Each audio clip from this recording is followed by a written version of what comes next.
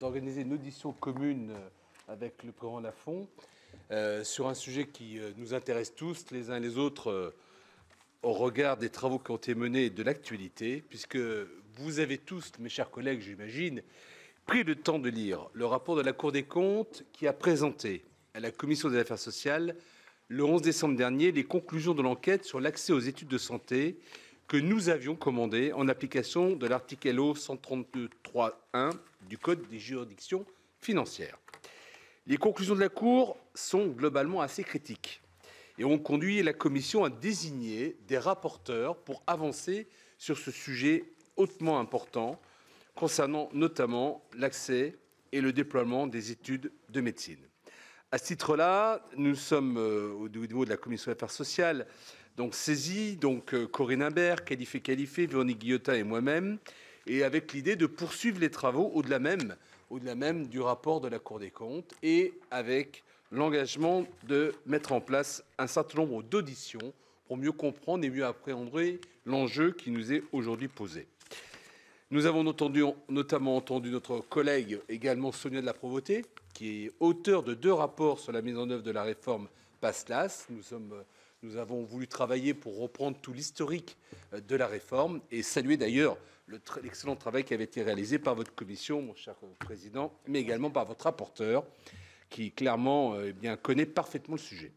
C'est dans ce cadre que nous accueillons aujourd'hui, avec la commission culture, éducation, de la communication et du sport, Monsieur Philippe Baptiste, ministre chargé de l'enseignement supérieur et de la recherche, et Monsieur Yannick Noder, ministre chargé de la santé et de l'accès aux soins. Vous avez remarqué, on a mis chacun son président à côté de son ministre, voilà, dans l'organisation. Messieurs les ministres, merci de votre présence. Nous sommes impatients de vous entendre sur l'enquête de la Cour des comptes, sur le bilan que vous tirez de la réforme de l'accès aux études de santé et, le cas échéant, sur les évolutions qui vous semblent souhaitables. Vous allez débuter par un propos liminaire dans l'ordre qui vous conviendra, mais je crois que c'est M. Baptiste qui commencera, avant que les commissaires, en commençant par les rapporteurs de nos commissions respectives, vous interrogent. Mais avant tout, je cède tout de suite la parole au président Laurent Lafont. Merci, Monsieur le Président. Et tout d'abord, je voudrais vous remercier de cette initiative d'audition commune sur un sujet que nous avons effectivement en partage. Et c'est très bien de pouvoir ensemble auditionner les 2 ministres en charge de ce sujet. La Commission de la Culture, comme vous l'avez rappelé, je vous en remercie, est engagée de longue date sur le sujet des études de santé, qui constitue évidemment un enjeu crucial pour la qualité de notre système de soins, mais aussi pour l'excellence de notre recherche en santé humaine.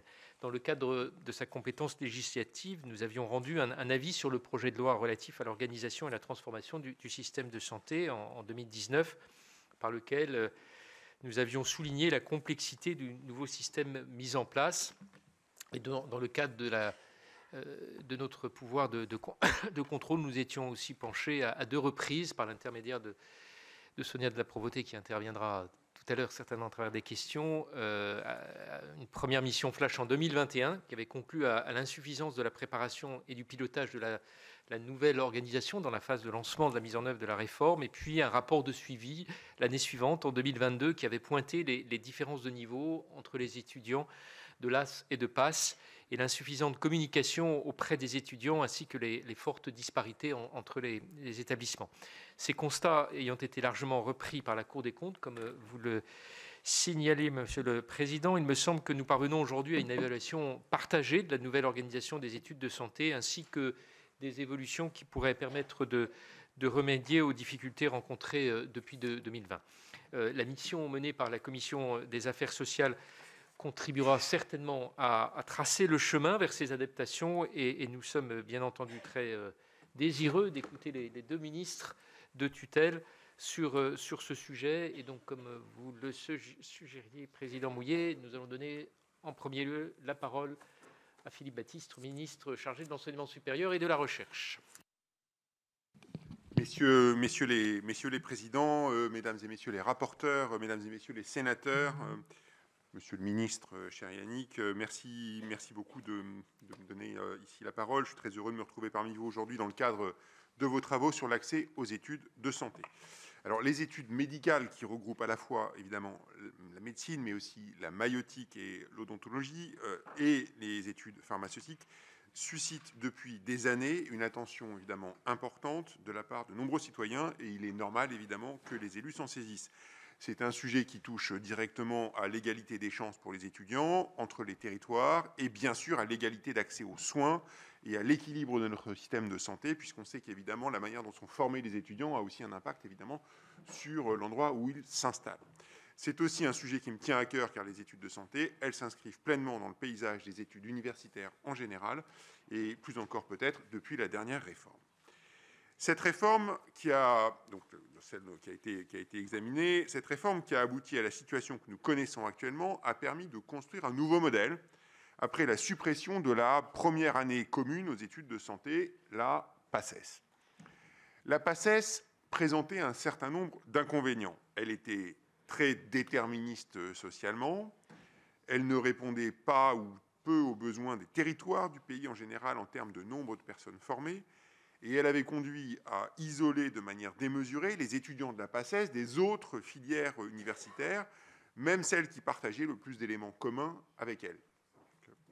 Et enfin, elle entraînait des situations d'échec, et je crois que c'est probablement le point auquel moi je suis le plus sensible, elle entraînait des situations d'échec et un mal-être considérable chez un très grand nombre d'étudiants et d'étudiantes, y compris parmi ceux qui avaient les qualités reprises, donc de très bons étudiants qui arrivaient en PACES mais qui ne passaient pas la barre et qui étaient mis en situation d'échec pendant 2 ans et qui en particulier n'avaient pas de moyens évidents de reprendre, de devenir des praticiens de santé sans pour autant être médecins.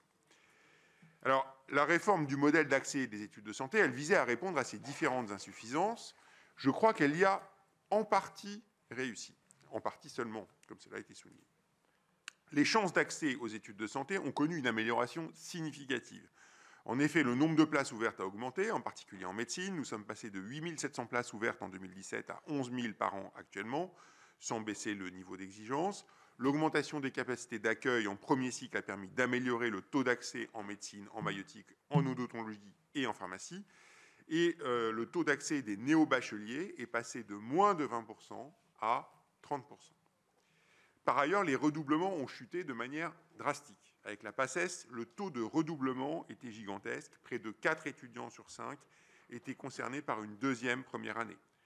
Maintenant, plus d'un néo-bachelier sur 2 accède à une année supérieure.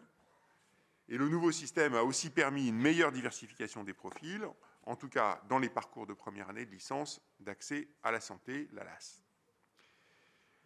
Mais la réforme a aussi trouvé ses limites. Elle a trouvé ses limites et c'est tout à fait normal et vos travaux actuels sont nécessaires et bienvenus pour objectiver ces insuffisances. Quelques points peuvent être déjà soulignés. La réforme devait donner une certaine souplesse aux universités pour son application et en la matière, la liberté a été au rendez-vous, mais cela n'a pas toujours bénéficié aux étudiants.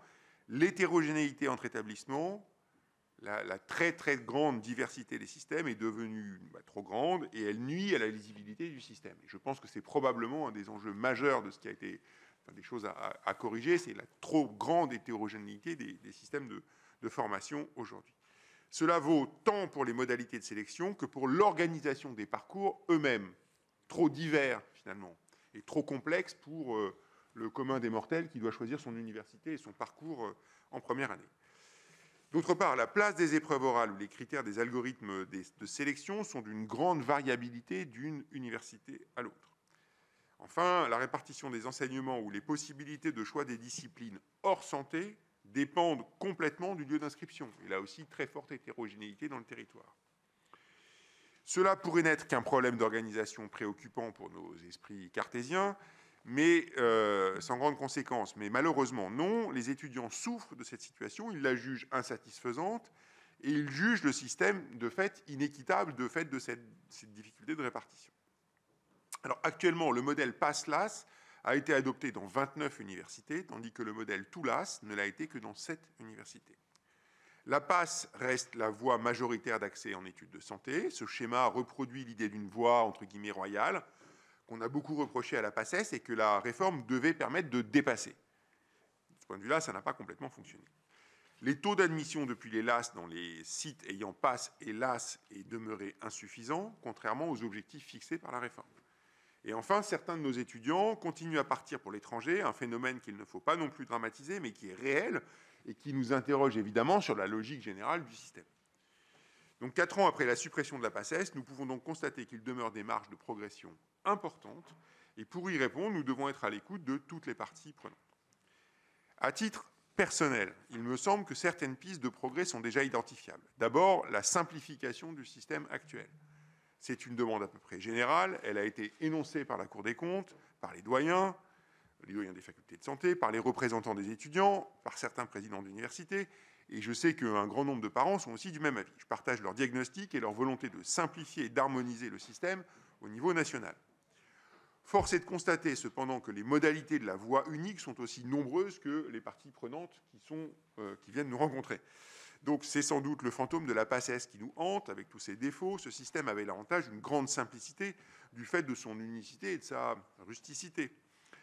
Mais toutes les raisons que j'évoquais tout à l'heure au début de mon intervention font qu'il est tout à fait, de mon point de vue, exclu de revenir au système antérieur. Ce serait renoncer aux avancées qui ont été réalisées ces dernières années et continuer, entre guillemets, à, si je peux m'exprimer brutalement, à gâcher de très grands nombres de bons étudiants qui ne réussissaient pas et qui étaient mis dans une situation d'échec assez cruelle. En revanche, nous devons améliorer le système pour simplifier et améliorer sa lisibilité pour les étudiants et les familles. Nous devons le rendre plus équitable sur tout le territoire et au sein des universités. Nous devons faire en sorte qu'il favorise la réussite des étudiants en études de santé, mais aussi de ceux qui poursuivent d'autres parcours universitaires en même temps. Tout cela en gardant des principes qui ont présidé à la suppression de la PACES, je crois. Et plutôt qu'une voie unique, je souhaite donc que nous travaillions sur un modèle unique d'organisation de l'accès aux études de santé en gardant le principe de parcours diversifiés. Alors, les modalités précises de tout cela doivent faire l'objet d'un travail qui prendra en compte évidemment vos conclusions, mais quelques grands principes peuvent, me semble-t-il, être dégagés à la lumière de l'expérience des 4 dernières années. Nous avons beaucoup à apprendre des modèles d'organisation qui ont été mis en place dans les différents territoires. Je compte, pour ma part, poursuivre le travail d'identification des meilleures pratiques. Et j'ai d'ailleurs prévu d'aller à la rencontre d'établissements dont l'organisation du premier cycle d'études de santé paraît avoir bien fonctionné. Je suis convaincu que nous avons tout à gagner pour nous inspirer de ce qui a fonctionné sur le terrain pour proposer des solutions au niveau national. Et fort de ces rencontres, fort des constats de la Cour et des fruits de vos travaux et des groupes de travail pilotés par nos ministères, le ministère de la Santé comme le ministère de l'Enseignement supérieur et de la Recherche, nous serons en mesure de faire des propositions d'ajustement très rapidement. Une phase de concertation va s'ouvrir avec toutes les parties prenantes, en s'appuyant sur les travaux des parlementaires et les expériences territoriales. Et je crois que nous sommes très engagés avec Yannick Neuder et sous l'autorité du Premier ministre pour faire aboutir une réforme rapidement, si possible à la rentrée 2026. Et durant toute cette phase, je resterai présent et engagé pour que le nouveau modèle bénéficie à tous. Je vous remercie de votre écoute et évidemment, je serai heureux de répondre aux questions que vous pourriez avoir. Je vous remercie. Merci, Monsieur le Ministre. Je donne maintenant la parole à Yannick Neuder, ministre de la Santé. Merci, messieurs les présidents, mesdames et messieurs les co-rapporteurs, mesdames et messieurs les sénateurs, cher Philippe. Très heureux d'être ici sur ce sujet qui me passionne depuis que je suis parlementaire et qui continue de me passionner maintenant que je suis ministre. Nous avons tous pris connaissance avec beaucoup d'attention de ce rapport de la Cour des comptes. Alors, naturellement que nous allons partager le même objectif avec Philippe, ministre de l'Enseignement supérieur, puisque nous sommes, entre guillemets, en co-tutelle sur ce sujet-là. Et je réaffirme, pour rebondir tout de suite sur les propos de Philippe, que nous souhaitons effectivement aller le plus vite possible, le plus haut possible, dans un concept que j'ai souvent évoqué ici, que j'avais réaffirmé lors de l'audition de la Commission des affaires sociales, qui était de former plus, de former mieux. Donc moi, je m'inscris totalement dans le calendrier de pouvoir mettre tout ça en place pour la rentrée de 2026. Maintenant, il est l'heure de porter les constats. C'est pas un secret pour tout le monde. Je n'ai jamais été fan de cette modification, de cette réforme. Pourquoi? Alors, effectivement, je suis médecin. J'avais envie, pendant que j'étais lycéen, collégien, de faire médecine. Et je me suis aussi beaucoup interrogé sur le symbole qu'on envoie. Et j'étais resté sur le sujet que quand on voulait faire médecine, naïvement, on s'inscrivait à la fac de médecine. Et je me dis par moment, est-ce qu'on aurait proposé à un étudiant qui veut faire du droit, à un étudiant qui veut faire de la comptabilité, de faire médecine avec une mineure droit ou une mineure compta. Je ne suis pas sûr. Après, j'entends l'absence de redoublement. Et effectivement, pour le point de vue du ministre de l'Enseignement supérieur, qui peut être différent du point de vue du ministre de la Santé, c'est qu'effectivement, un étudiant, redoublant ou pas redoublant, reste un étudiant et autant ne pas perdre ses années. Et j'ai trop vu, parmi mes étudiants, parmi mon entourage, beaucoup d'étudiants qui ont fait 2 années de médecine et qui se retrouvaient avec rien du tout, 2 fois la première année. J'ai même connu...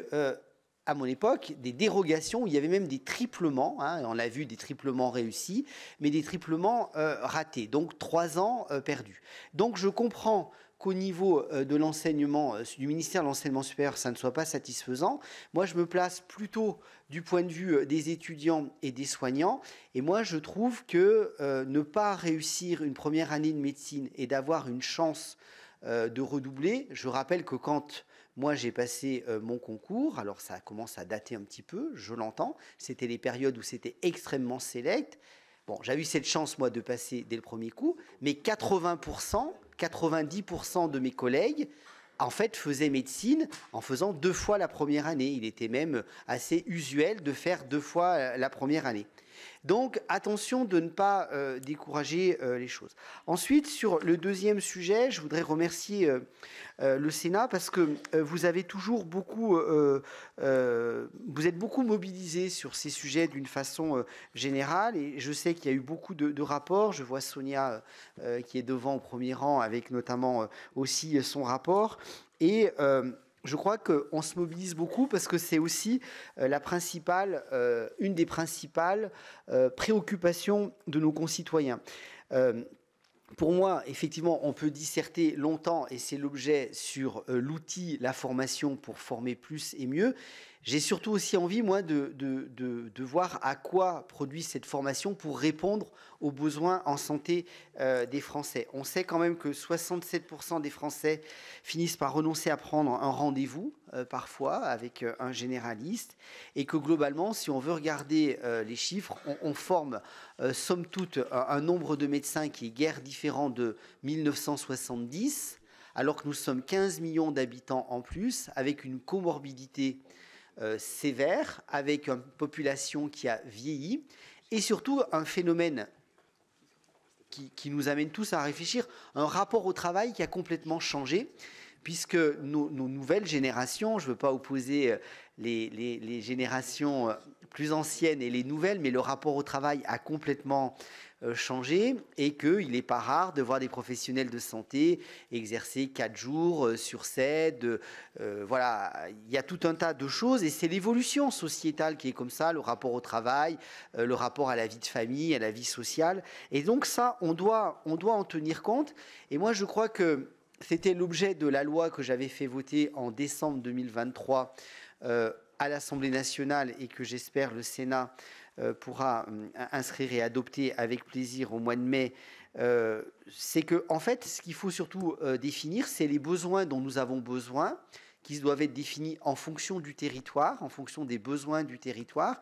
Et on peut complètement comprendre que les besoins sont complètement différents entre une métropole ou une grande ville où il y a un lieu, une faculté de médecine qui produit des étudiants en médecine avec des hôpitaux qui peuvent être des lieux de stage et des départements qui n'ont pas forcément de faculté de médecine, des départements plus ruraux où il n'y a pas forcément non plus d'hôpitaux, de lieux de stage. Et on voit bien qu'il y a une différenciation territoriale importante parce que globalement, on ne s'installe pas dans un territoire qu'on ne connaît pas. Donc pour cela, il faut aussi qu'au-delà de ces discussions que nous avons, il faut voir comment, dès les premiers cycles d'études en santé, on peut permettre aux étudiants en santé de rapidement ne pas faire toute leur carrière à l'hôpital, de faire 10 ans d'études à l'hôpital, et puis à 30 ans, à 32 ans, moi c'était 12 ans, de dire venez donc dans ce joli village, il y a une crèche, un city-stade et compagnie. On parle d'étudiants qui sont plus que des étudiants qui ont une trentaine d'années, qui ont ont parfois une vie familiale, des enfants et qui se retrouvent avec des problématiques de logement, de transport, de crèche. Donc on voit bien que le système n'est pas adapté, mais je pense aussi que nous avons un enjeu de souveraineté de formation. On ne peut pas difficilement accepter, en tout cas, j'arrive de Varsovie où j'étais au Conseil européen des ministres de la Santé, nous avons beaucoup pendant les temps informels discuté de ça. J'ai eu aussi beaucoup de ministres de la Santé d'autres pays qui sont venus me dire gentiment que ça serait sympathique de récupérer nos étudiants qui partent beaucoup étudier dans leur pays, notamment le ministre belge, la ministre espagnole, voilà. Bon, la Roumanie, j'ai pas eu cet échange-là, mais je sais que ça existe. Et il faut qu'on puisse voir aussi que cette réforme du Pass-LAS, eh bien, a accéléré aussi les départs à l'étranger. On dénombre. Alors j'ai des chiffres très précis qui avaient donné lieu à une enquête dans le quotidien du médecin que je peux vous redonner, qui commence à dater un peu, qui datait de 2023, mais j'avais les chiffres importants des étudiants qui sont partis étudier à l'étranger. Et ce qu'il faut qu'on entende, c'est que ces problématiques de santé sont naturellement prégnantes en France, mais sont également prégnantes au niveau européen et même au niveau un peu mondial. Et on voit bien que certains pays n'hésitent plus maintenant à venir démarcher nos étudiants qui sont dans ces facultés à l'étranger, notamment en Roumanie, à Liège. On voit différentes propositions. On voit des propositions notamment par l'Association des maires ruraux, qui est très mobilisée sur le sujet et qui propose des financements.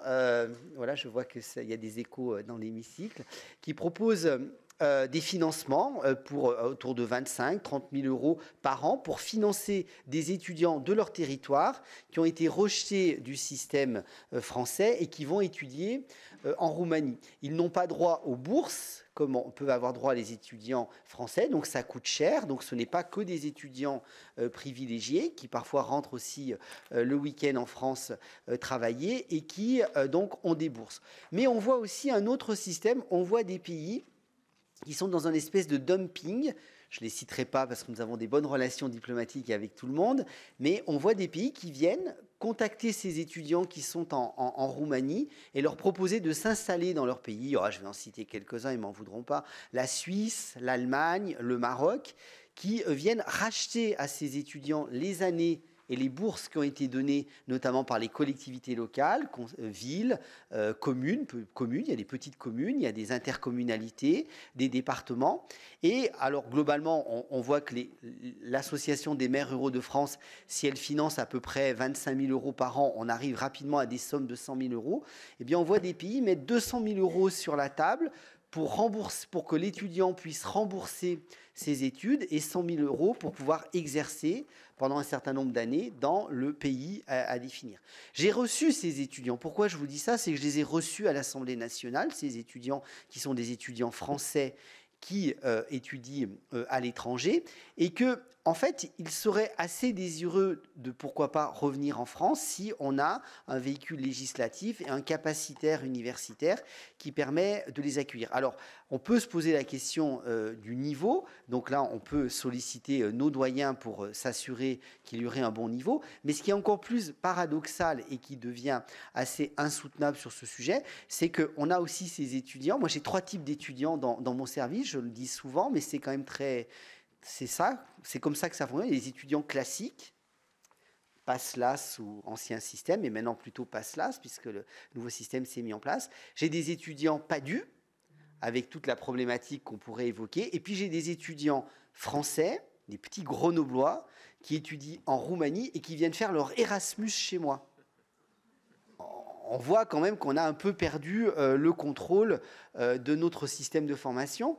Et vu que nous parlons de la formation médicale, mais également pas que, pharmacie, odontologie et maïeutique, on a aussi vu, et ça c'est le Conseil de l'ordre des dentistes qui me l'a donné, on voit actuellement que 54% des dentistes inscrits à l'ordre ont fait leurs études à l'étranger. Donc ils ont dépassé, donc on voit bien qu'on n'a plus de souveraineté sur la formation. Et on a vu, ça c'est en cours de correction, mais on a vu aussi des deuxièmes années de pharmacie qui étaient vacantes. avec la réorganisation pour différentes raisons. Et alors qu'à l'heure aussi, on a une pénurie de pharmaciens, eh bien, c'était dommage de perdre aussi ces années. Et on a vu aussi au niveau de la maïeutique des chiffres qui n'étaient pas au rendez-vous. Donc, je ne veux pas être trop long, mais on a compris quand même qu'il y avait une complexité administrative importante sur ce PASSLAS, qu'il n'y avait pas forcément une bonne appropriation par les étudiants eux-mêmes, et sur Parcoursup, ça a l'air d'être assez compliqué de trouver la bonne filière. Certaines universités dénombrent jusqu'à une centaine de parcours pour faire notamment pharmacie. Je me rappelle de cette audition de cette doyenne. Et il y a aussi une mauvaise acculturation des étudiants, mauvaise acculturation du monde médical et paramédical en général, et une mauvaise acculturation, voire même des enseignants eux-mêmes qui arrivent à être un peu perdus de l'ensemble de cette réforme. Donc je crois que l'idée maintenant, c'est de pouvoir tirer les conséquences de ce sujet-là. Beaucoup de calendriers se percutent et il faut qu'on soit aussi pragmatique. Les déserts médicaux sont un sujet tel que la pression est très forte au niveau des territoires, remontée par les élus en général. Mais nous avons aussi en même temps, et je voudrais aussi qu'on mesure bien les différents sujets qui sont sur la table, on a toute la discussion sur les PADU pour pouvoir faciliter, former plus de PADU par la formation, donc l'évaluation interne et la formation externe. Une se fera par voie réglementaire, une se fera par un véhicule législatif. Il y a la 4e année de médecine générale qui doit aussi ne pas être percutée par tout ça, puisque on doit prendre les arrêtés et les décrets rapidement. J'ai eu une question au gouvernement tout à l'heure au Sénat et nous sommes en phase de calage avec le Premier ministre pour des annonces vraisemblablement vendredi lors du congrès de médecine générale, et je le redis ici et vous le redirez au sénateur Cabanel, nous avons bien mesuré le degré d'impatience des maîtres de stage, le degré d'impatience du Collège national des enseignants de médecine générale. Mais je suis là depuis 92 jours, Philippe aussi, et nous avons mis les pelletés doubles pour pouvoir justement prendre l'ensemble des décrets pour permettre que ce sujet qui a quand même 18 mois d'âge puisse être traité avant l'été. C'est les engagements que nous avions pris avec Philippe quand nous avions eu à rencontrer les internes de médecine générale, mais aussi l'ISNI, l'ISNAR et l'ANEM quand ils avaient donné leur mouvement de grève. Donc on doit aussi sortir dans de bonnes conditions cette 4e année, qui sera manifestement un plus pour les territoires. Vous le savez bien, c'est quand même 3700 docteurs juniors, répartis sur une centaine de départements. Allez, ça fait 37 par département. Des gros départements en auront plus, mais des plus petits en auront moins. Donc je sais que vous pouvez aussi vous rapprocher de vos ARS, de vos facultés de médecine quand vous en avez, pour voir où seront les lieux de stage, pour avoir ce maillage. Donc il y a plusieurs feux en même temps. Donc il faut avancer vite, mais pas avancer avec précipitation, pour aussi, et je suis tout à fait favorable de pouvoir mener cette réforme avec Philippe, pour pouvoir aussi réformer le système. Nos conseillers techniques, Emmanuel Touzet et Olivier Palombi, qui sont tous deux doyens, font des propositions qui nous agréent relativement, les deux ministres. Donc il y a le ministre de l'Enseignement supérieur sous contrôle de Philippe et le ministre de la Santé sont plutôt favorables. Donc il faut qu'on trouve aussi le terreau aussi apaisé, je pèse mes mots, pour qu'on puisse poser aussi cette réforme, mais que ça nous permette, avant l'été, de pouvoir installer correctement les réformes pour les PADU, pour les 4e années de médecine générale, qui sont encore autre chose. Donc il y a plusieurs façons de régler le problème. La formation initiale, c'est l'objet de la réforme, de récupérer nos étudiants à l'étranger. Je l'espère que ça sera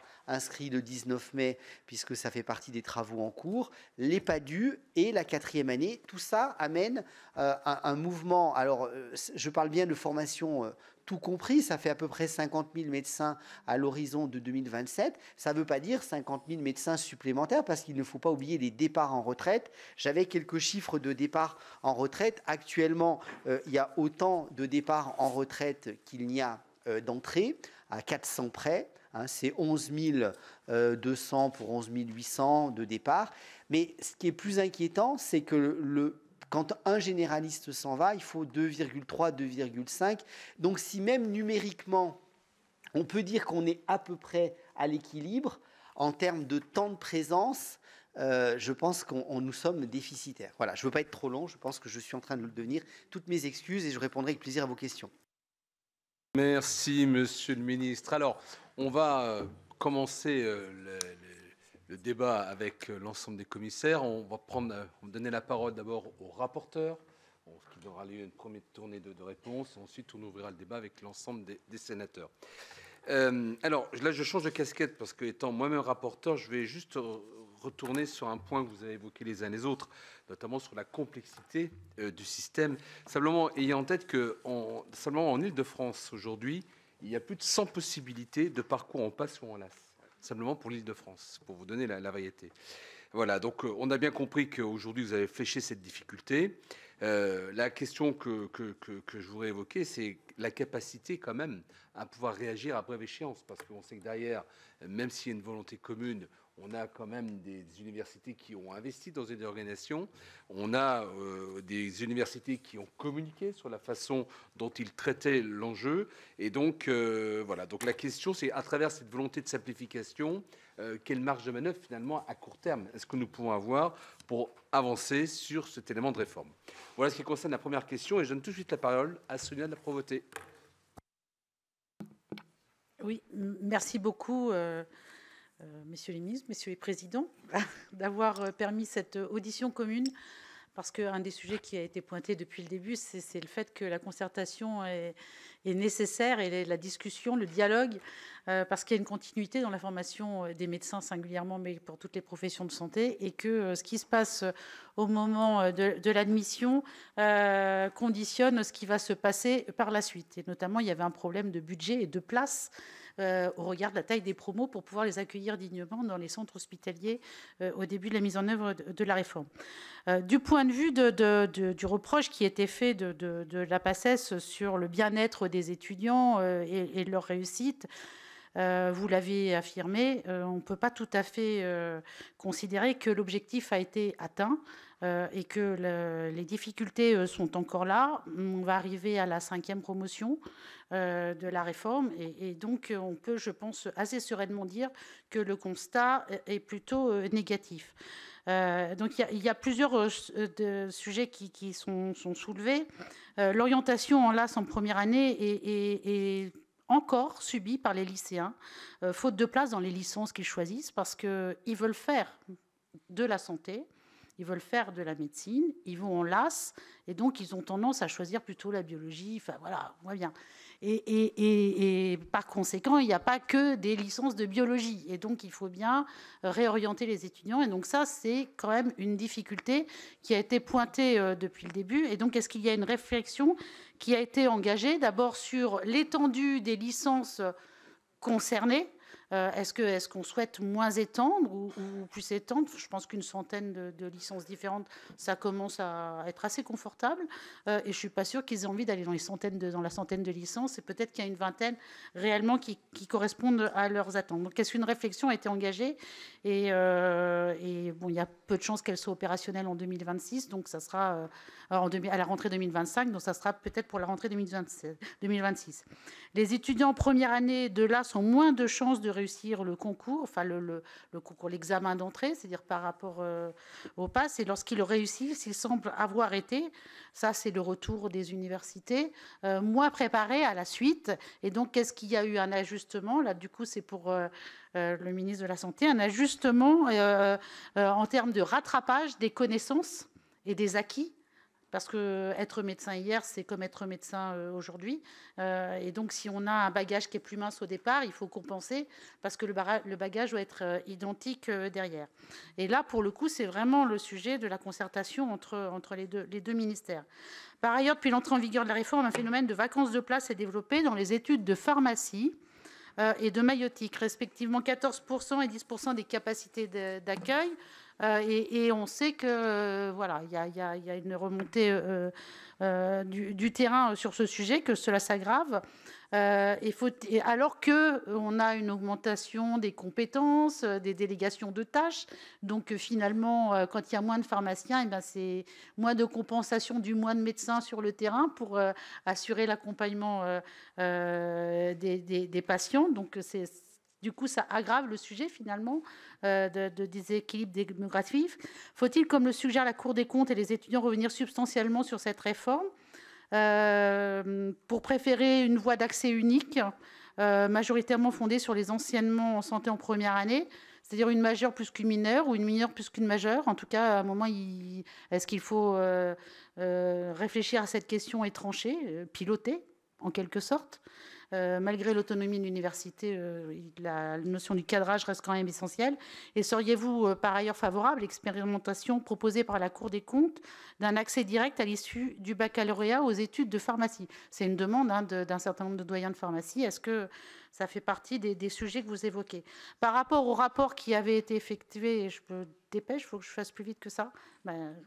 Par rapport au rapport qui avait été effectué, certaines questions se posent, notamment sur la question du cadrage. Est-ce que toutes les problématiques sur les examens ont été réglées, les histoires de notes éliminatoires, les histoires de passage de grand oral qui avaient subi un certain nombre de difficultés? Est-ce que on reste surtout définitivement sur 2 chances d'accès? Parce qu'au bout du compte, quand on a envie de faire et qu'on va faire à l'étranger et qu'on revient, on n'a pas été accepté pour faire les études en France, puis on revient derrière et on est accepté pour pratiquer son métier. Donc à un moment, il y a une espèce de hiatus qui est assez difficile à comprendre, en tout cas pour ceux qui doivent être soignés. Et c'est la question des passerelles. Il faut renforcer les passerelles, mettre plus de souplesse. Est-ce que vous avez vraiment réfléchi à ce sujet? Et notamment les équivalences pour pouvoir, quand on a raté, aller dans d'autres domaines de santé comme l'ergothérapie, etc., et pouvoir retourner après sur la médecine, c'est ce qu'on souhaite exercer. Et puis je terminerai en disant la coopération entre les deux est importante, parce que c'est pas parce qu'on admet les étudiants en médecine qu'on a demain des médecins sur le terrain dans les territoires où il n'y a pas de médecins. Et donc c'est la suite derrière qui doit gérer. C'est bien. Je donne maintenant la parole à Véronique Guillotin. Merci, Monsieur le Président, Monsieur les Présidents, Messieurs les Ministres. Voilà, moi j'avais une question notamment concernant la diversification des profils et des territoires géographiques dont ils sont issus les étudiants. Alors le but de la réforme était bien évidemment de permettre une meilleure diversification.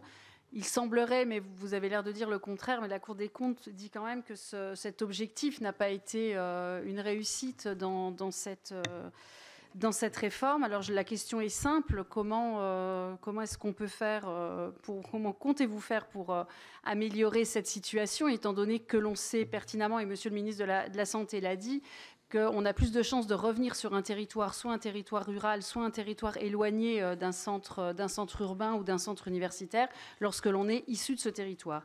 Et puis j'ai une deuxième question qui est plutôt peut-être une interpellation. Dans la loi Valtou, il avait été inscrit donc cette possibilité d'option santé dans les lycées. Moi, je m'en suis fortement réjouie et je l'avais entre guillemets, poussé depuis assez longtemps. Les études canadiennes montraient depuis très longtemps qu'il fallait très tôt en fait sensibiliser les jeunes élèves, les collégiens, voire les lycéens, voire les collégiens, pour tenter de permettre cette ouverture vers la possibilité de rentrer dans des études de santé. Autocensure qui existe sur certains territoires pour lutter contre ça. Donc c'est inscrit dans la loi Valtou. Par chance, le Grand Est dont je suis issue est un territoire, une région dite expérimentale pour cette option lycée. Après m'être renseignée, je me suis aperçue que les 2 lycées qui avaient été, ou les quelques lycées qui avaient été repérés, étaient des lycées nancéens. Donc rien à voir avec un territoire rural ou un territoire éloigné. Enfin, ça répondait pas, en tout cas me semble-t-il, à l'objectif de la loi. Et il semble que c'est uniquement piloté par l'éducation nationale. Donc est-ce qu'il n'est pas nécessaire aujourd'hui de faire un pilotage conjoint? Effectivement, on a la santé et l'enseignement supérieur qui est présent. Est-ce qu'il ne serait pas nécessaire de revoir ce pilotage pour tenter de répondre à cette diversification? Merci beaucoup. La parole à Khalifé. Merci, Monsieur le Président. Merci beaucoup, messieurs les ministres, d'être présents aujourd'hui pour ce sujet crucial. La question qui m'est demandée, c'est sur l'augmentation du nombre d'étudiants recrutés. Le rapport montre qu'il y a, semble-t-il, 18% d'augmentation des étudiants qui passeraient en deuxième année. Je voulais juste moduler ce chiffre en fonction des universités. C'est variable, je crois que tout le monde l'accorde aujourd'hui. Je voulais aussi, et c'est pour ça, c'est une information sur laquelle on l'a un peu oublié au début du débat, c'est que le Sénat travaille sur la PASLAS aujourd'hui, mais on va très vite, dès qu'on a terminé ce dossier, travailler sur la réforme de l'internat, parce que je pense que l'aménagement du territoire, ce n'est pas la première année, c'est là où on fait le stage plus tard. Et je vous rappelle, je suis un peu plus vieux que Yannick, j'ai même eu le droit à la première année je m'oublie le nom, le minus clausus, à l'époque, donc c'était quand même assez sévère, et malgré tout, du fait de la spécialisation de l'époque, les territoires étaient enrichis par les internes qui étaient régionaux, voire même infrarégionaux. Et les hôpitaux dits périphériques étaient enrichis par un certain nombre d'internes qui étaient là 4 ans, 6 ans, assistants, etc. Et c'est comme ça qu'ils connaissaient le territoire, ils se mariaient dans ce territoire et ils y restaient. Donc c'est dire qu'on parle de la première année, mais il ne faut pas oublier que l'aménagement du territoire, c'est l'ensemble. Parce que quand on fait la première année issu d'un lieu rural, on n'y revient pas forcément, on oublie plutôt, et c'est vraiment la réalité du terrain aujourd'hui. C'est pour ça que je voulais vous informer qu'on va très vite, dès qu'on a terminé cette passe-là, attaquer la réforme, l'étude de la réforme de la spécialité. Je voulais aussi, pour revenir à la première année, rappeler que, et vous me le pardonnerez, que les cours ne se font tous avec des amphis plus ou moins vides, à distance pour la plupart, en visiosurveillance. Donc, il ne faut pas nous parler de capacité des universités pour augmenter le chiffre. Mais ce n'est pas une critique, c'est juste pour le rappeler. C'est juste pour le rappeler. Au niveau qualitatif, je voulais rappeler aussi, mais ça a été dit, que le niveau des LAS n'était pas aussi bon qu'on l'espérait, en tout cas, même si ça a permis de répondre à un certain nombre de critères que vous avez rappelés tout à l'heure. Je n'y reviens pas. Quant aux étudiants qui partent à l'étranger, vous en avez parlé tous les deux. Je n'ai pas de chiffres précis pour la médecine, mais je travaille sur un autre dossier qui concerne les vétérinaires.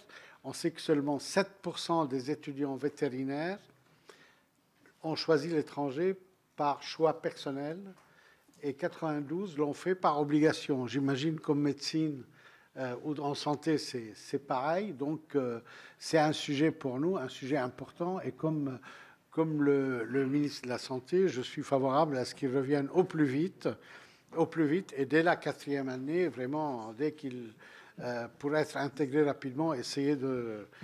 voilà, donc moi j'aimerais bien savoir ce que vous pensez de tout ça et voir quels sont les freins qui ont fait que cette passe-là, ça a échoué. Merci.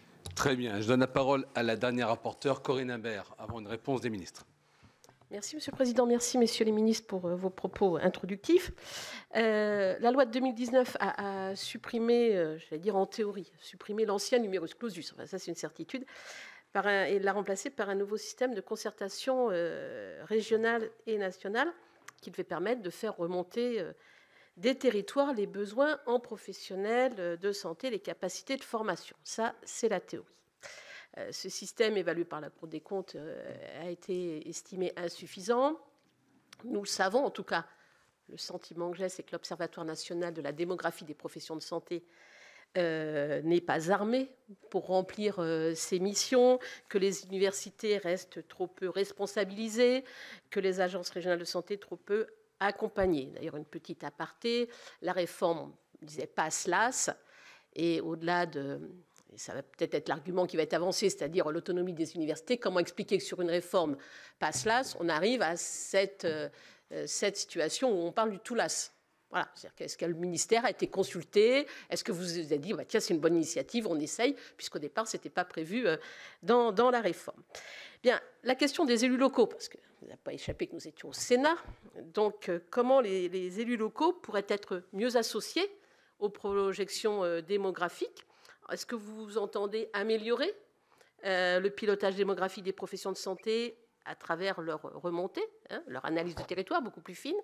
Est-ce qu'ils devraient être davantage associés dans la fixation des objectifs de recrutement? Et puis, je vais me permettre un conseil amical, messieurs les ministres. Je me tourne plus particulièrement vers le ministre de la Santé.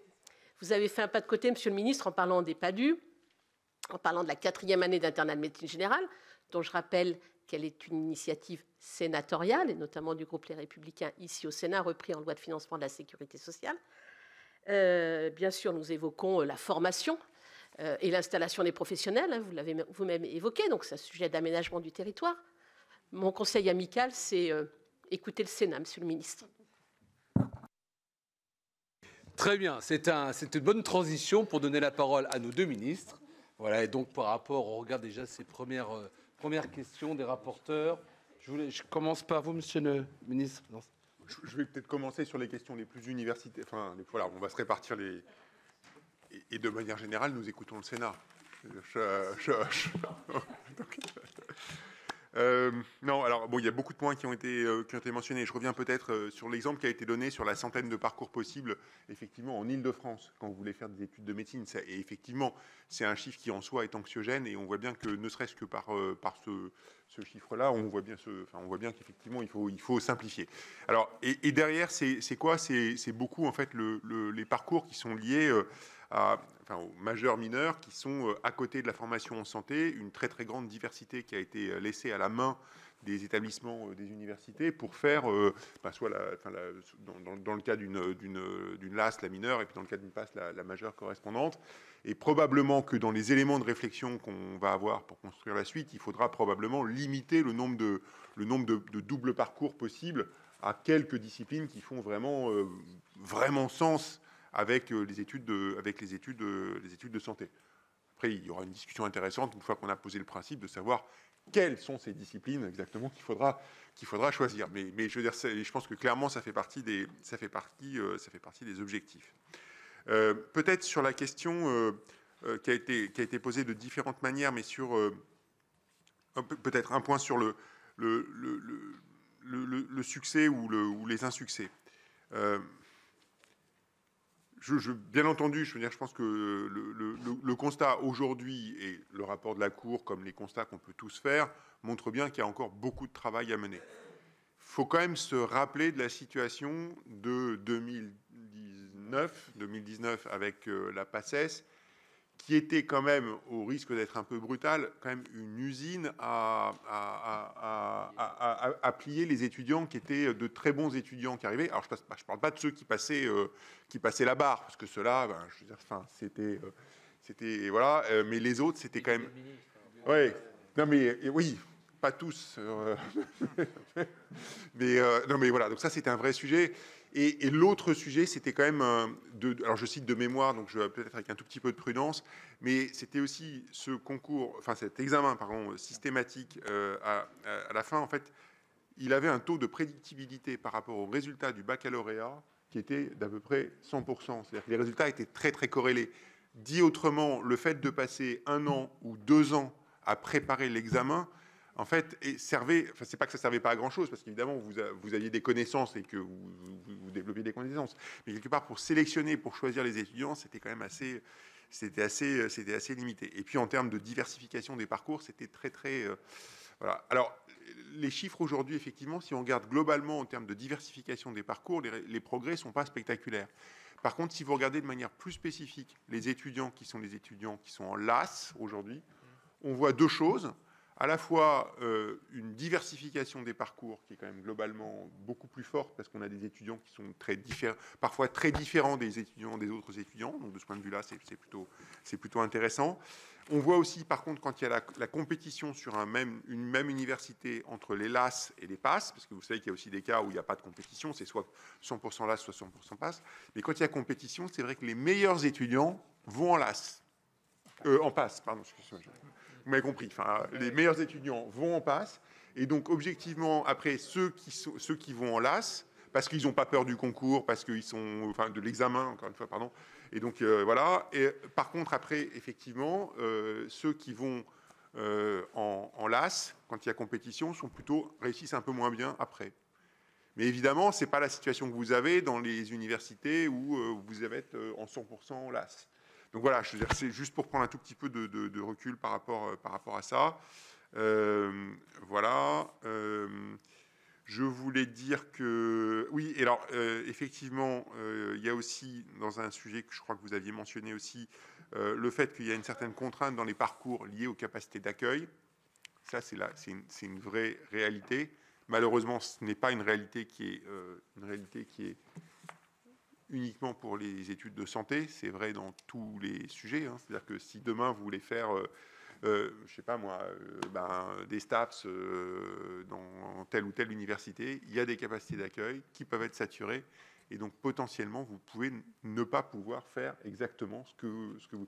Et ça fait partie des grandes difficultés de l'enseignement supérieur, hein, avec la massification de l'enseignement supérieur, le fait qu'on ne peut pas systématiquement proposer à tous les étudiants partout, je pèse bien mes mots, hein, parce que si vous voulez absolument faire des STAPS en France, à la fin, vous allez y arriver. Mais ça veut dire qu'il faut pouvoir se déplacer, etc.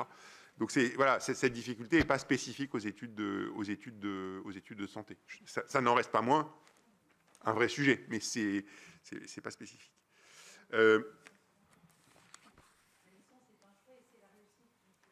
Oui. Sur les questions de capacité d'accueil, je pense que ce que vous avez dit est très vrai. C'est-à-dire qu'en particulier dans les premières années, les capacités d'accueil il y a sans doute une certaine élasticité. C'est-à-dire qu'on peut, en rajoutant à coût marginal, entre guillemets, par étudiant, on doit pouvoir pousser les murs parce qu'effectivement, il y a beaucoup de dispositifs numériques qui existent aujourd'hui, etc. C'est probablement un tout petit peu plus compliqué dès qu'on monte dans le cursus universitaire, où il y a de plus en plus de stages, où il y a de plus en plus... Et donc, ça veut dire que là, pour le coup, il faut aussi réfléchir à des dispositifs, à élargir les offres de stages. Mais ça, c'est des choses dont on discute très régulièrement avec le ministre de la Santé. Et je pense qu'on aura des propositions pour faire ça. Peut-être un dernier point sur la filière de pharma, et puis je laisserai à Yannick il répondra à toutes les questions difficiles auxquelles je n'ai pas répondu. Sur la filière de pharmacie, c'est vrai qu'on a constaté qu'il y avait une certaine réticence à rentrer dans cette formation, dont le métier finalement semble paradoxalement mal connu par les plus jeunes. Et alors il y a eu un certain nombre de corrections qui ont été amenées ces dernières années, en particulier le reversement de places entre universités pour s'ajuster aux offres et aux demandes, et donc éviter d'avoir une forme de gâchis d'étudiants, entre guillemets, si je peux m'exprimer ainsi. Et donc ça a permis, on n'avait plus que 200 places vacantes sur 3600 offertes à la dernière session. Donc ça reste toujours un sujet, mais encore un petit peu moins. Et puis, je voudrais dire qu'on a aussi ouvert dès cette année la possibilité d'admission via des passerelles pour des étudiants qui sont en 3e année de licence de chimie ou de sciences de la vie et de la terre, qui permettent en fait d'intégrer après directement les formations de pharmacie. Donc j'espère qu'en mettant ce dispositif en plus des autres, on devrait pouvoir résoudre en tout cas le manque de... Voilà, le fait qu'on n'arrive pas à remplir systématiquement les besoins. Très bien. Monsieur le ministre de la Santé. Merci, messieurs les présidents.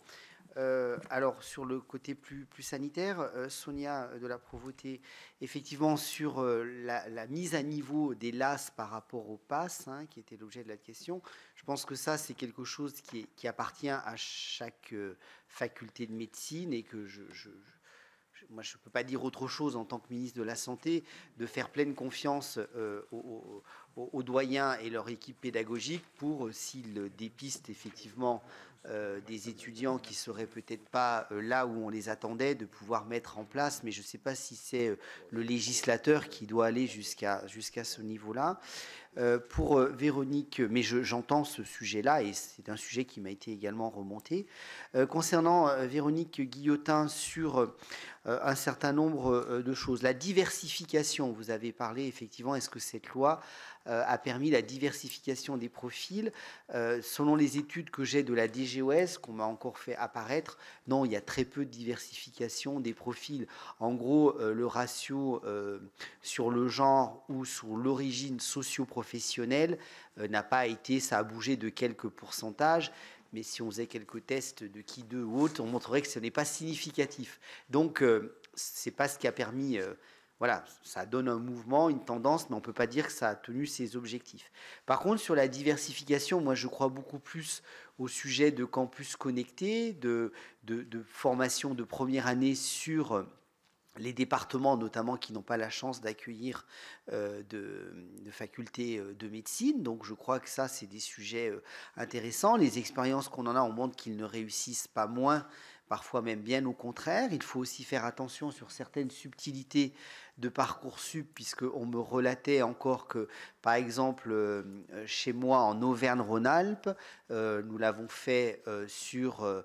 c'est beaucoup l'Université de Lyon, d'ailleurs, qui l'a fait sur l'Ain, sur l'Ardèche. Grenoble réfléchit sur la Savoie. Mais on peut avoir des étudiants qui choisissent, par exemple, Privat, parce qu'en fait, c'est moins choisi, mais ce n'est pas forcément des étudiants qui habitent Privat, et qui sont des étudiants ardéchois. Donc, il faut aussi faire attention à ce biais-là. Et dans certains endroits, on a des examens, des réussites jusqu'à 75%, notamment dans la Nièvre, hein, qui est un sujet où ils ont particulièrement bien réussi. Donc, il peut avoir de la première année délocalisée au niveau des territoires. Ça peut être de façon virtuelle. Ça peut être aussi peu de degrés de présentiel. Bon, il y a des sujets à mettre en place. Il y a des campus connectés. Nous avons, nous, par exemple, à Grenoble, une première année qui est totalement distancielle. Même si vous habitez Grenoble, vous n'allez pas forcément à la fac, vous êtes en distanciel. Concernant les études sur l'orientation dans les lycées, il y a France Ruralité, il y a des études de France Ruralité sur ces sujets-là, pour pouvoir voir quels sont les messages à faire passer. Alors je rappelle que c'est aussi les régions qui sont en charge de l'orientation et que je crois que les régions se saisissent peu à peu de ces sujets, de la formation en général, formation sanitaire et sociale, paramédicale qui n'est pas mot de sujet, mais aussi sur l'orientation des étudiants. On voit pas mal de forums d'orientation des régions qui présentent aussi les métiers de la santé. Alors, mon collègue Khalifé parle effectivement d'un temps plus ancien sur la régionalisation et sur le parcours de l'internat. Alors moi, j'étais passé à l'époque où nous avions 2 régions, nord et sud, donc on passait le concours d'internat dans 2 régions, mais quelques années avant moi, il y avait encore le retour aux régions. Moi, je pense que c'est un sujet sur lequel on n'a jamais autant parlé de territorialisation. En plus, les régions sont devenues plus grandes. Il faut peut-être tenir compte de cette réorganisation territoriale et peut-être, pour avoir eu des échanges avec la Commission des affaires sociales sur ce sujet-là, peut-être de ne pas mettre toutes les places, mais d'avoir une partie nationale, si vous avez effectivement une volonté de vouloir faire neurochirurgien à Paris, quel que soit, avec une filière d'excellence, qu'ensuite vous voulez aller travailler à l'Institut du cerveau, enfin avec des filières. Et puis vous pouvez aussi vouloir peut-être rester dans votre région. Ce n'est pas forcément les premières places qui sont trustées. On peut trouver peut-être un mix de régionalisation, de certains lieux qui sont peut-être plus resserrés au niveau national parce que enclin à un certain niveau d'excellence qui ne peuvent pas être faits partout. Je crois que, en tout cas, c'est une réforme intéressante de voir comment on peut territorialiser les choses, comme on peut aussi, et nous avons déjà des outils qui sont disponibles, comme on peut avoir les maisons, nous avons les maisons de santé pluridisciplinaires, nous pouvons avoir des maisons de santé pluridisciplinaires universitaires, avec des postes de la faculté de médecine, avec des assistants spécialistes qui peuvent être basés sur ces maisons et qui peuvent accueillir les étudiants dès le 2e cycle, dès qu'ils sont externes. On n'est pas obligé de mettre tous nos externes dans les hôpitaux et de pouvoir les mettre dans les maisons médicales pour commencer à les faire pratiquer. J'étais dans le Jura jeudi, j'ai visité une magnifique maison médicale. Ils ont tout pour être universitarisés, puisqu'ils ont même des enseignants de médecine générale qui pourraient devenir des professeurs associés. Donc je leur ai demandé de se rapprocher de leur faculté de médecine qui est Besançon, je crois, pour voir s'il y a possibilité d'universitariser là où il y a déjà des maisons médicales possibles. Après, dernier petit clin d'œil à Corinne Imbert, je ne dirais que je ne fais que ça, que d'écouter le Sénat, mais j'ai senti que, si je vais peut-être même être tapé, alors attention, il n'y a pas de violence non plus contre les ministres, voilà. Mais nous écoutons bien l'Assemblée et le Sénat sur ces sujets, parce qu'on sait que c'est des sujets de préoccupation de nos concitoyens, c'est des sujets qui nous remontent dans nos circonscriptions, où les sénateurs, auprès de vos grands électeurs, on l'a bien en tête. Allez, seconde série de questions, en vous demandant d'être synthétique, parce que vous êtes, je crois, plus d'une dizaine à vouloir poser des questions. On va commencer par celle de Stéphane Piednoir, qui est rapporteur budgétaire pour la Commission de la Culture et de l'Éducation sur les questions d'enseignement supérieur, entre autres. Merci, Messieurs les Présidents. Messieurs les Ministres, je prends un témoin à mes collègues, j'ai jamais non seulement été un fan de cette réforme, mais je n'ai jamais approuvé, en réalité, depuis le début, dès qu'elle a été proposée.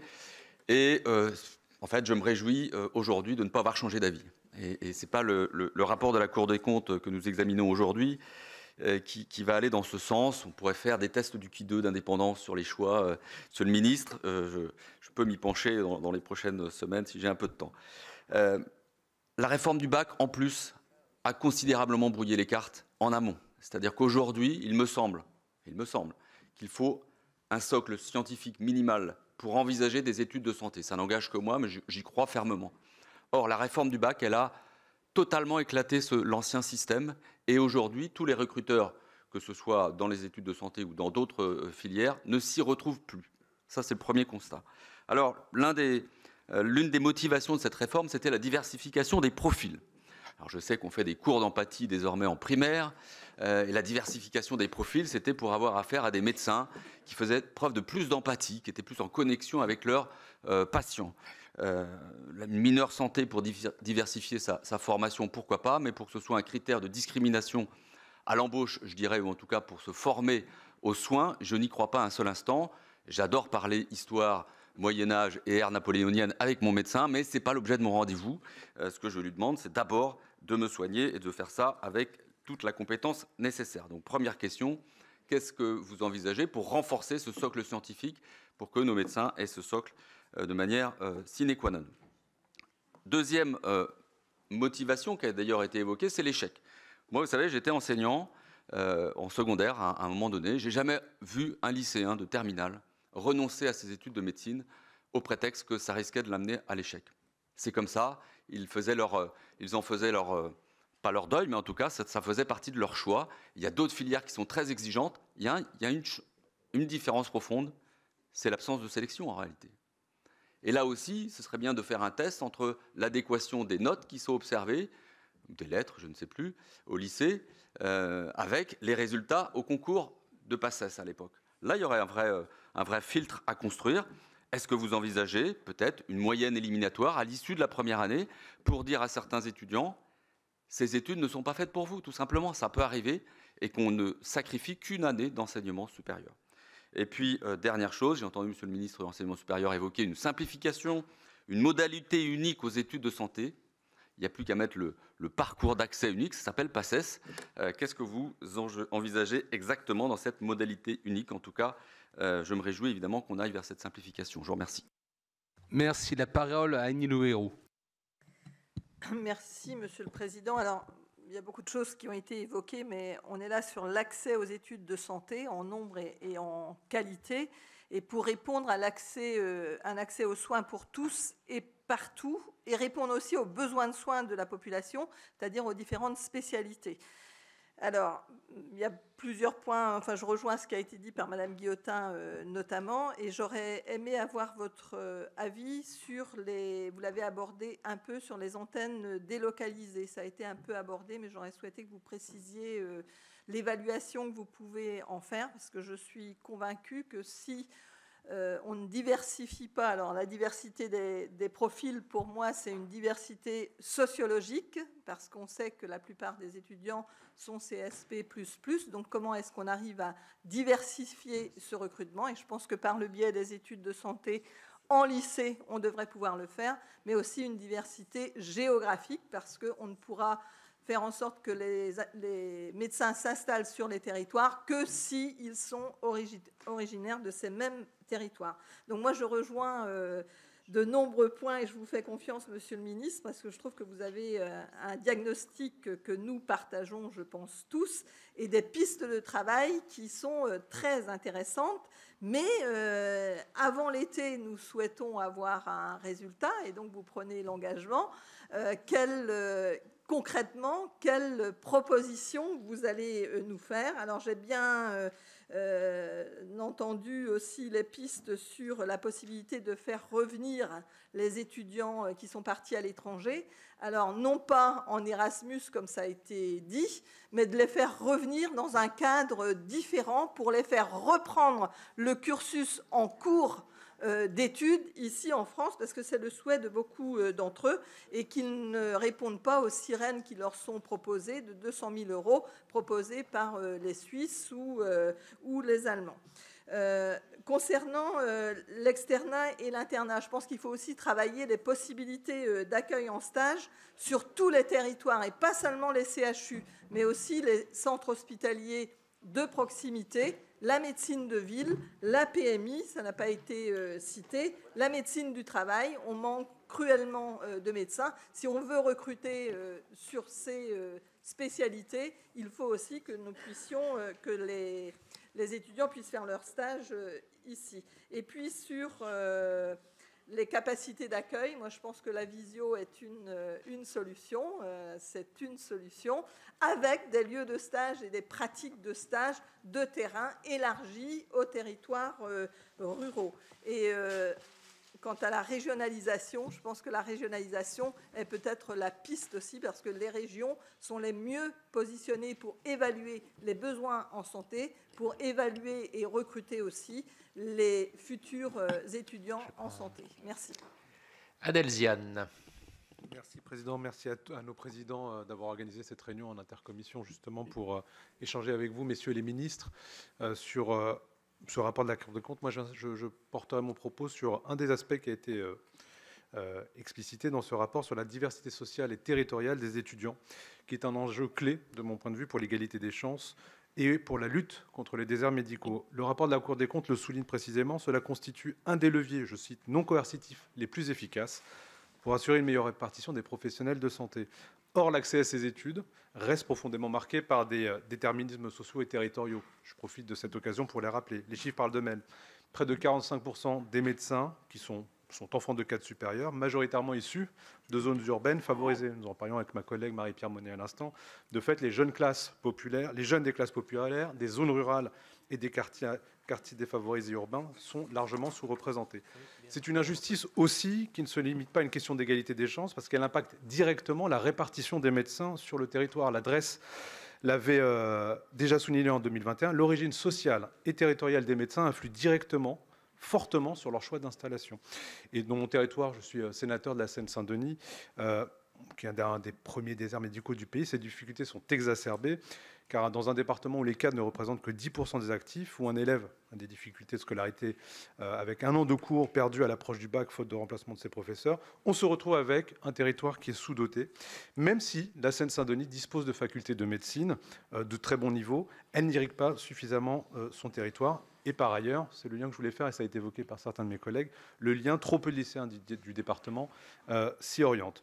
La réforme de 2020, elle a été largement évoquée pour mettre en place le PASLAS, devait favoriser justement la diversité des profils, messieurs les ministres. Les résultats ne sont pas au rendez-vous, et toujours, selon la Cour des comptes, près de la moitié des étudiants en santé ont recours à des préparations privées. Le coût de ces formations, de 4 800 à 6 800 € en moyenne dans l'Île-de-France, constitue à nouveau une barrière pour les plus modestes. Moi, ce que je voulais dire en conclusion pour ma part, mettre en évidence des initiatives locales publiques qui sont lancées par les acteurs et par les collectivités. J'en veux pour preuve 2 exemples à Bobigny. l'université Paris-Sorbonne, Sorbonne Paris-Nord propose depuis 2012 l'année préparatoire aux études de santé, axée sur les connaissances scientifiques et méthodologiques, et un dispositif qui permet à nos bacheliers dans notre département de maximiser leurs chances de réussite et à terme de s'installer, c'est très important pour notre département, sur leur territoire d'origine. Je donne un autre exemple dans ma ville, là où je suis élu conseiller municipal à Saint-Ouen, à la rentrée 2025-2026, parce que le grand hôpital Paris-Nord de la PHP s'installera sur notre commune. Nous lançons un programme expérimental avec les lycées de notre ville, en partenariat avec l'Université Paris-Cité et l'Éducation nationale, pour proposer un tutorat en première année, en première et en terminale, et un accompagnement renforcé avant l'été. Ce que je voulais évoquer, je conclue par là mon propos, messieurs les ministres, c'est comment le gouvernement peut-il, dans le contexte et dans les éléments qui sont apportés par ce rapport de la Cour des comptes, encourager ces partenariats entre universités et lycées, en lien avec les collectivités, pour démocratiser justement, cela est clairement démontré dans ce rapport, démocratiser l'accès aux études de santé et garantir une meilleure répartition des médecins sur nos territoires. Merci. Pascal Gruny. Merci, messieurs les présidents, messieurs les ministres. Moi, j'ai une question liée vraiment à mon territoire. Moi, je suis dans le département de l'Aisne. J'ai un souci avec les doyens de Reims et Amiens. Voilà, parce que nous, il faut éviter en fait notre département pour les retours en stage. Donc, je ne sais pas quelle solution vous pouvez nous trouver. On est allé les voir. Voilà. Et donc, Reims, effectivement, c'est pas ma région, mais Amiens, c'est ma région. Voilà. Donc, notre territoire, forcément, est en difficulté. Et puis, juste une chose, moi, pour les PADU, et pour avoir entendu, moi, d'abord, on en connaît, on a des réussites sans problème, mais en revanche, les PADU avec 8 de moyenne, moi, je suis inquiète pour la santé des uns et des autres. Merci. David Ross. Merci, Monsieur le Président, et merci, messieurs les ministres, d'être ensemble, parce qu'effectivement, le sujet est tellement complexe et que les solutions à trouver nécessiteront un minimum de mobiliser vos deux ministères. Alors, j'ai beau être docteur Ross, je connais absolument rien sur les études médicales.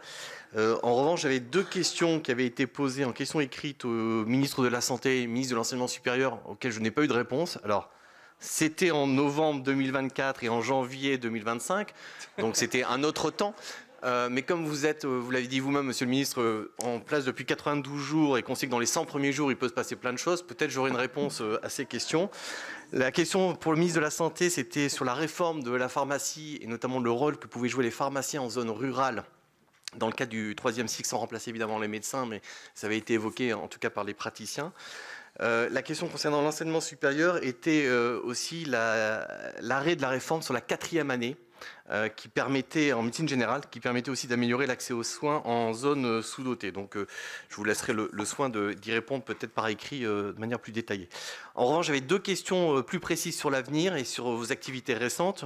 Donc, monsieur le ministre de la Santé, vous avez évoqué effectivement le 24 mars dernier des commentaires sur le numerus apertus et sur la possibilité d'ici 2026 d'aller à 3700 docteurs juniors supplémentaires par an. Est-ce que vous pourriez un petit peu détailler la montée en charge ou puissance sur ce nombre de médecins attendus? Et puis, monsieur le ministre de l'Enseignement supérieur et de la Recherche, je rejoins un peu mon collègue Stéphane Piednoir sur l'importance de la sensibilisation des sciences médicales du SVT par rapport à la réforme du bac. Moi, je constate sur mon territoire qu'il y a une baisse très très forte du choix en terminale sur la SVT. Je ne sais pas si ça se répercute ensuite sur la qualité ou en tout cas sur la formation des étudiants en ce sens. Mais si on veut éviter que les étudiants se passent de l'AS ou se lassent de passe, est-ce qu'il ne faut pas revoir dans la manière de formuler les choses au niveau du bac un attrait plus fort sur ces études-là? Bon, merci. Anne Souris. Merci, Monsieur le Président et messieurs les ministres. J'ai deux questions sur le sujet que vous abordez. La première, concernant un sujet qui me tient à cœur, c'est la question de One Health, c'est-à-dire la formation en santé environnementale. Je sais que là, ce n'est pas tout à fait le sujet, mais quand même, c'est important parce que c'est un élargissement du spectre, notamment sur la question de prévention, mais plus largement que ça me semble important. La deuxième question, qui n'a rien à voir, c'est sur la question des passerelles. Vous l'avez beaucoup évoqué. Mais pour moi, il y a deux sujets dans les passerelles. Il y a le sujet, est-ce que en fait, ça a quelque chose à voir de faire la philo et de faire une première année médecine. Et donc, est-ce que finalement, comment on conjugue les choses pour ne pas perdre son temps, en grosso modo, c'est-à-dire si jamais finalement on rate médecine, on va pouvoir faire être prof de philo. Bon, je ne suis pas persuadée que ça soit un calcul très rémunérateur, en tout cas très pertinent. Mais la deuxième question, c'était la passerelle qui m'intéresse plus sur les gens qui n'ont pas forcément... Qui ont hésité, en gros, et qui, effectivement, en première, terminale, n'ont pas pris la bonne filière pour être... voilà, et qui, je sais pas, on fait peut-être maths, mais pas SVT, qui n'ont pas fait tout ce qu'il fallait, et qui, du coup, ont besoin d'une passerelle avant de récupérer la médecine après, vraiment. Et là, est-ce que c'est vraiment pertinent, quand justement on n'est pas tout à fait au niveau de faire une LAS où on va faire, en plus de la philo, je dis philo comme ça, hein, mais en plus de la philo pour arriver à médecine, alors qu'on devrait être plein pot sur plutôt les études scientifiques plus qu'on n'a pas faites. Voilà. Et je me dis que du coup, c'est pas adéquat, parce que la passe, on va pas y arriver, parce que du coup, le niveau est trop élevé. Et par contre, la LAS vous donne un travail en plus qui, du coup, rend la situation plus difficile pour l'étudiant. Et en plus, j'ai vu ça de près, hein, je ne vous raconterai pas ma vie, mais j'ai vu ça de près, et j'ai vu qu'à la Sorbonne, par exemple, les LAS, donc avec des matières, philosophie, etc., c'était tout en distanciel, par-dessus le marché, imaginez-vous, donc vous n'êtes pas au niveau, mais tout est en distanciel, alors que la passe est tout en présentiel. C'est-à-dire que ces passerelles ne sont pas pensées, c'est ça que je veux dire. Elles ne sont pas pertinentes pour aider les étudiants à, effectivement, passer au-dessus de la prépa privée et de se dire je peux récupérer la situation. Est-ce que du coup vous avez pensé à cette question-là et éventuellement à des prépas publics ou une réflexion là-dessus pour vraiment rattraper le niveau quand les élèves finalement n'ont pas réfléchi à devenir médecin avant la terminale, ce qui est quand même assez fréquent. Marie-Pierre Monnier.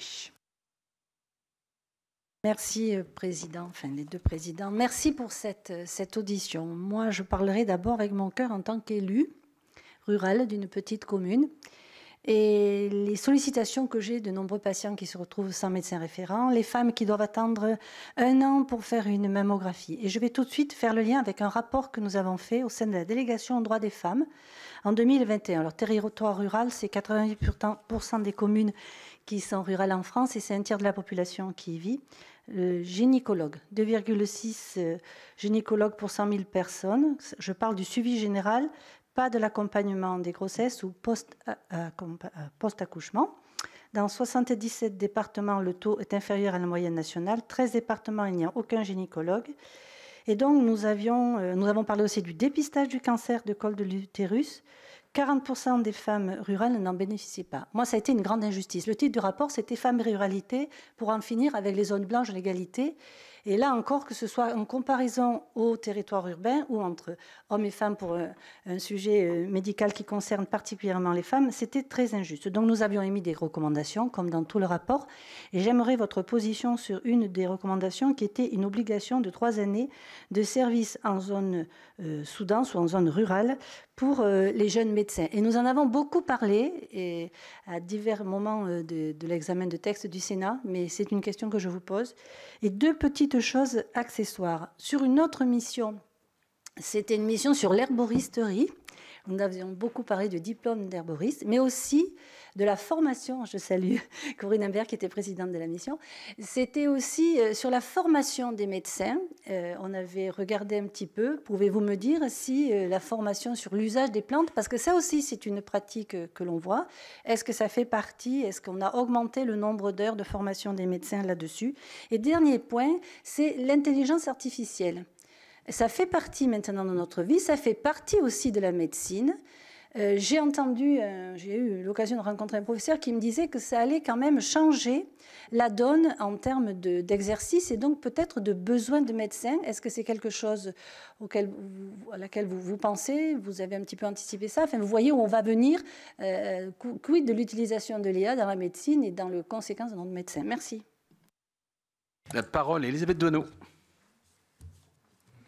Merci au Président d'avoir organisé cette réunion. Merci aux deux ministres de nous avoir partagé leur avis sur ce rapport de la Cour des comptes. Je crois qu'on peut le dire, nous partageons l'ensemble du diagnostic sur l'accès aux études de santé.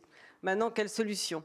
Nous avons eu, il y a quelques jours, l'audition du ministre de la Santé et moi, j'ai beaucoup apprécié que le ministre recherche effectivement le plus grand nombre de futurs médecins ou en tout cas de professionnels de santé. Alors, il y a effectivement du côté de ceux qui vont étudier à l'étranger, mais il y a aussi voilà, ceux qui voilà, sont peut-être potentiellement intéressés par les études de santé sur nos territoires. Et moi, je peux témoigner que la première année, par exemple, dans un département où il n'y a pas de faculté, ça marche très très bien. C'est comme dans la Nièvre, à Laval, ça fonctionne parfaitement.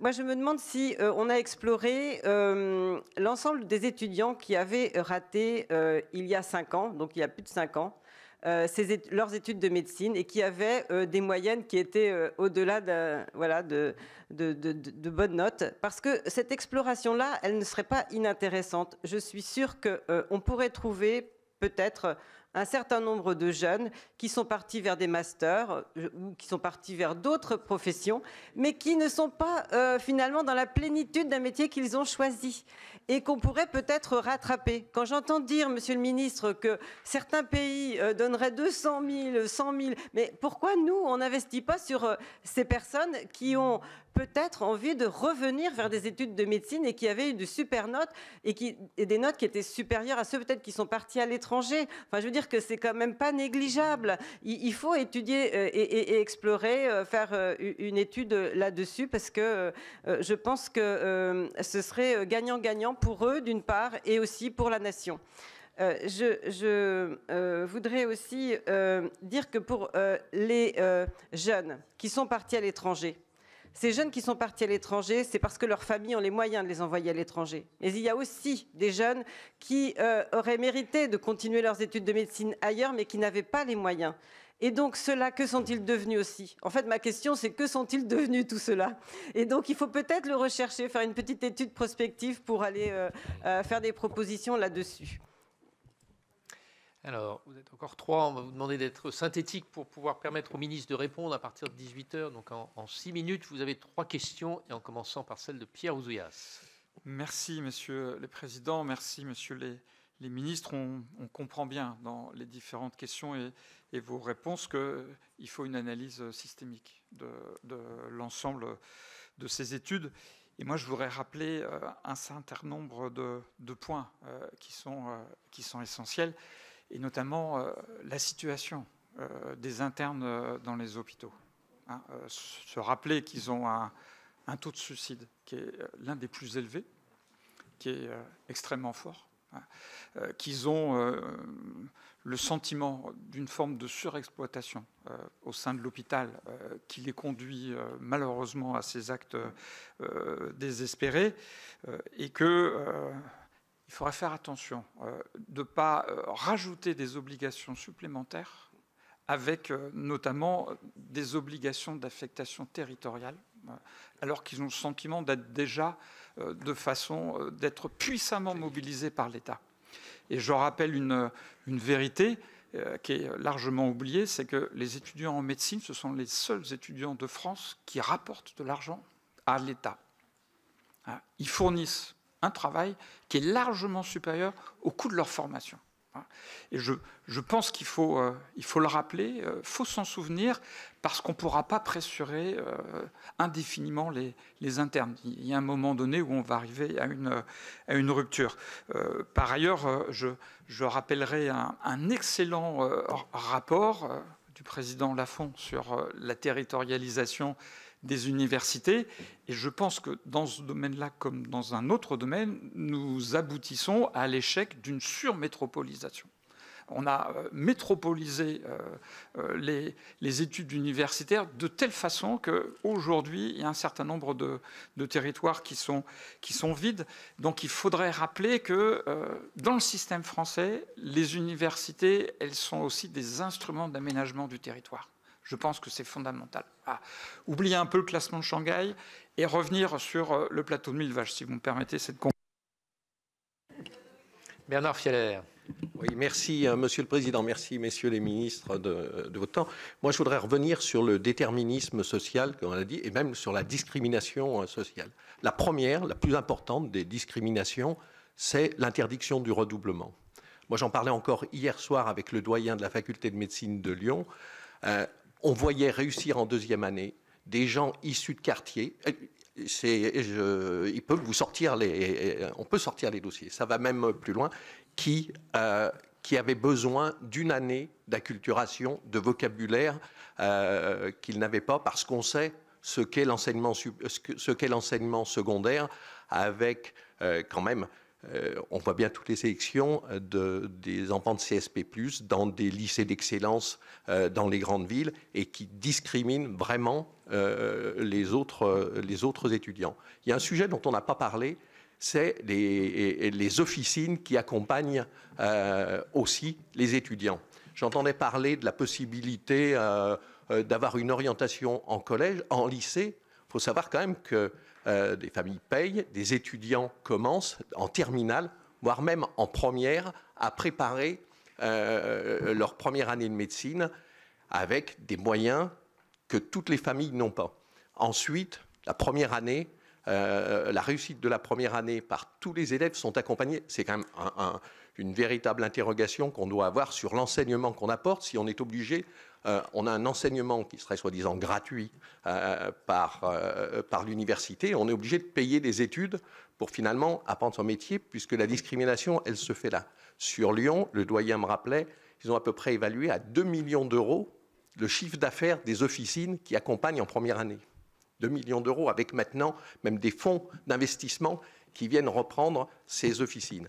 C'est quelque chose qui me paraît injuste. Alors, j'entendais aussi parler des étudiants qui auraient fait, comme auparavant, 2 premières années. Que je sache, il y a des gens qui font des prépas et qui ne réussissent pas tous, et que je sache, ils ne gâchent pas tous leur vie. Je veux dire, on fait aussi des acquisitions. On connaît tous des parcours de gens qui ont fait 2 premières années de médecine, qui les ont ratés et qui peuvent aussi s'épanouir, parce que ce n'est pas un temps inutile. Je pense qu'il faut arrêter. J'ai un autre exemple sur les redoublements. La présidente des maires de France du département du Rhône a loupé sa première année. Elle a loupé sa première année. Ensuite, à partir de son redoublement, elle était major promo chaque année. Et donc, la suppression du redoublement est quelque chose de discriminatoire. Et j'ai entendu, simplement, je ne fréquente pas le ministre de la Santé allemand, mais à la radio, une proposition qui avait été faite en Allemagne, où ils ont les mêmes problèmes de déserts médicaux, et qui expliquait que plutôt qu'avoir augmenté les places du numerus clausus, ils ont réservé un certain nombre de places aux étudiants qui ont raté, en leur proposant, les uns après les autres, ceux qui étaient prêts à s'engager pendant, je ne sais plus, c'était 10 ans, 15 ans, en zone rurale, à la limite comme leur santé militaire, les centars, que ça, s'ils s'engagent, et ils ont un certain nombre d'années à faire. Et à ce moment-là, on pouvait récupérer de très bons étudiants qui n'avaient pas, parce que quand on loupe à 0,5 points, je veux dire, ce n'est pas une différence telle, mais c'est aussi une façon de récupérer des étudiants. Dernière question. Non, je parlais à la place de M. Gros-Perrin. Alors, dernière question de Jacques Gros-Perrin. Merci, Président. Merci, Monsieur le Ministre. Moi, je pense que les prochaines années sont déterminantes et décisives. N'ayez pas la main qui tremble. Parce que lorsque je vous entends, Monsieur le Ministre de la Santé, vous dites on fait des études dans un territoire que l'on ne connaît pas, on fait des études en payant, et on refuse d'aller travailler dans des territoires où on gagne de l'argent que l'on ne connaît pas. Il y a quelque chose qui est ubuesque par rapport à ça. On va dans des territoires, on voit les étudiants en médecine en ce moment, ils ne veulent pas aller dans des territoires en France, alors qu'ils sont payés, parce qu'ils ne les connaissent pas pourtant, ces territoires. Donc il y a un vrai problème au niveau de la liberté d'installation. Je pense que tout sera lié par rapport à cela. Ensuite, c'est effrayant les chiffres que vous donnez. 54% des dentistes font des études à l'étranger. Moi, je connais une étudiante vétérinaire de Lyon, elle est partie à Turin. Elle a 1 heure, et puis elle revient, comme vous l'avez dit, avec Erasmus. Donc si on favorise encore plus les passerelles pour que ces étudiants qui font des études à l'étranger reviennent chez nous, on favorise, pas la triche, mais on favorise les CSP+, on favorise ceux qui ont la possibilité d'aller faire des études ailleurs. Donc pourquoi ne pas augmenter le nombre d'étudiants? Vous êtes à 11 000. Je crois qu'à un moment donné, la démographie baisse. C'est-à-dire, dans peu de temps, on n'aura même plus de vivier d'étudiants qui voudront faire médecine parce qu'on aura de moins en moins d'étudiants, en tout cas de lycéens. Donc, n'ayons pas la main qui tremble, osons faire plus de... Donnons, par exemple, au CH, le U d'universitaire. Peut-être qu'il y a peut-être aussi des pistes par rapport à ça. Moi, je pense qu'il faut partir des territoires. Si on part des territoires, je crois que c'est la solution. Vous étiez dans le Jura, la ministre Vautrin était dans le Doubs pour inaugurer l'Institut de formation de santé, qui a été financé à hauteur de 30 millions d'euros par la région, toute seule. Personne d'autre l'a accompagné. Je pense que si vous dites aux régions, aux collectivités locales, aux territoires, aux départements, vous voulez résoudre le problème des déserts médicaux, vous voulez résoudre le problème des spécialités, etc., engagez-vous, accompagnez-nous. Alors c'est vrai qu'en ce moment c'est compliqué, on le sait. Mais je suis persuadé qu'il y a beaucoup de personnes, en tout cas, qui vous accompagneraient par rapport à cela. Donc je pense, on m'a expliqué qu'il ne fallait pas que je sois trop long, donc je ne serai pas trop long. Voilà, merci. Bravo. Messieurs les ministres. Alors peut-être quelques éléments de réponse très rapidement. On a parlé plusieurs fois du baccalauréat. Et de la place, et en particulier un point alors qui n'est pas directement lié avec la réforme de l'accès aux études de médecine, mais la place des sciences, effectivement, au lycée, et le fait qu'aujourd'hui, on constate qu'il y a de moins en moins de lycéens aujourd'hui qui s'intéressent aux sciences. Et évidemment, on a fait ce constat aussi, évidemment, dans les études supérieures, enfin, tout ça se prolonge. Et donc, on a un problème plus général de positionnement, de goût pour les sciences dans notre société. Pour autant, évidemment, je pense qu'il faut être très clair, c'est important qu'une très grande majorité de médecins ait une très solide formation scientifique pour être en capacité d'exercer. Alors après, est-ce qu'il faut être forcément très fort en maths pour être médecin? Moi-même, je suis mathématicien, donc on peut discuter de ce point longuement. Il faut sans doute avoir un bagage minimum qui soit absolument nécessaire, mais après, dans l'exercice quotidien de la médecine, je me tourne vers... Il y a sans doute plus de sachants que moi dans la salle sur cette question, mais bon... Voilà. En tout cas, je pense que c'est effectivement important d'avoir ce bagage-là. Après, le fait d'avoir une diversification, et j'en viens peut-être à la question des passerelles, parce qu'on en a mentionné plusieurs fois, ça me semble être quelque chose qui est aussi très important, parce qu'on a besoin d'avoir statistiquement aussi des médecins qui sont formés et qui ont des expériences qui sont des expériences plurielles, y compris dans la diversité des pratiques médicales après, entre des généralistes, d'autres qui vont faire de la recherche, qui vont être... Et donc cette diversité des parcours et des formations, elle est quand même importante. La voie passerelle aujourd'hui, donc... sont des étudiants qui ont validé au minimum un diplôme de grade de master ou un diplôme d'ingénieur et qui vont réintégrer après les formations médicales. Ça ne représente que 5% des places pour les étudiants de médecine aujourd'hui, donc c'est quand même ça reste assez marginal, c'est-à-dire 1000 étudiants sur les 4 filières. Voilà, c'est une source de diversification qui est importante. L'inconvénient de ça, évidemment, c'est que ça allonge statistiquement et globalement la durée d'études moyenne des étudiants. Donc c'est à la fois une richesse. Est-ce qu'il faut pousser les curseurs et aller plus loin pour aller prendre plus d'étudiants de ce type-là? C'est probablement une idée intéressante. Mais le coût de ça, c'est quand même allonger de manière très significative les durées des études. Je voulais dire un mot sur le déterminisme social. On en a parlé plusieurs fois, mais peut-être que je ne l'ai pas redit moi-même, mais j'ai entendu les statistiques. Il y avait en 2006, alors ça date un petit peu, mais une étude de l'adresse qui estimait que 40% des médecins, des pharmaciens ou des chirurgiens dentistes en activité sont des enfants de cadre supérieur, contre seulement 13% pour les infirmières. Donc il y a évidemment un biais sociologique majeur, mais il y a aussi un déterminisme social qui est un déterminisme géographique. On sait que les cadres supérieurs viennent des grandes villes et des métropoles, et évidemment, on a aussi un intérêt dans la question des déserts médicaux, c'est que évidemment, les étudiants qui sont issus des milieux ruraux sont le plus souvent ceux qui ont une certaine appétence à s'installer justement dans les milieux ruraux. Ce n'est qu'une statistique globale, mais enfin... qui mérite évidemment, mais enfin c'est quand même un point qui est important. Un effet de bord de la réforme qui me semble être très, très positif pour le coup et sur lequel on capitalisera pour la suite, c'est que avec cette réforme, on a augmenté le nombre d'antennes d'universités avec une composante santé. Donc aujourd'hui, on en a presque 70. Hein, je voyais les statistiques ce matin encore, on a 75% des départements qui aujourd'hui proposent une formation de première année de santé. Alors, il faudrait peut-être aller plus loin, il y a encore 25%. Mais c'est un effet de bord de la réforme, ça a été ça.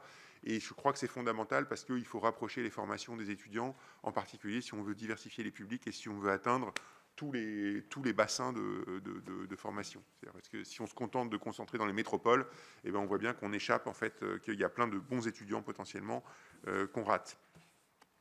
Je reviens un instant sur la question de 2 points qui me semblaient importants. Je reviens 30 secondes sur le lycée et sur la manière dont on va expliquer à un moment donné aux lycéens que les études de santé, elles sont bien pour eux, et pas que dans les grands lycées de centre-ville, évidemment. Ça, je pense qu'il y a des dispositifs qui existent aujourd'hui. C'est les cordées de la réussite en particulier, qui sont des dispositifs qui ont quand même montré leur efficacité dans un certain nombre de formations du supérieur. Les cordées de la réussite, c'est quoi? C'est des médecins, enfin des étudiants en médecine de 2e ou de 3e année qui reviennent dans leur lycée et qui accompagnent durant l'année scolaire un certain nombre de lycéens qui sont au lycée et qui leur montrent qu'en gros, le chemin, il est possible, il existe, quoi. Et ça, c'est vrai évidemment pour la santé, mais c'est vrai pour d'autres sujets. Et ça, ça me semble être vraiment clé. On a parlé, et un dernier mot peut-être sur IA et médecine, parce que ça a été mentionné, enfin, c'est un des sujets qui a été mentionné. C'est évidemment une rupture qui est une rupture potentiellement fondamentale pour tous les praticiens, puisqu'on a de plus en plus d'outils qui non seulement contribuent au diagnostic, voire pour un certain nombre de professions, aujourd'hui ont des résultats statistiques qui sont très bons, pour ne pas dire meilleurs qu'un certain nombre de praticiens. Donc évidemment, c'est des ruptures aujourd'hui, et pour les étudiants qu'on est en train de former, c'est évident que ça va bouleverser complètement leur métier et leur pratique dans les décennies qui viennent. Et donc aujourd'hui, il y a déjà des formations qui sont mises en place au sein des formations de santé, et la pluridisciplinarité, le fait que ce soit dans une université et qu'à côté de ça, vous ayez non seulement des professeurs de médecine, mais aussi à côté de ça, la fac de sciences, que vous ayez aussi des professeurs qui soient des professeurs de maths et des professeurs d'informatique qui puissent intervenir dans les formations de santé, me semble être absolument essentiel. Voilà, il y a énormément de questions auxquelles je n'ai pas répondu. Sur le redoublement, peut-être,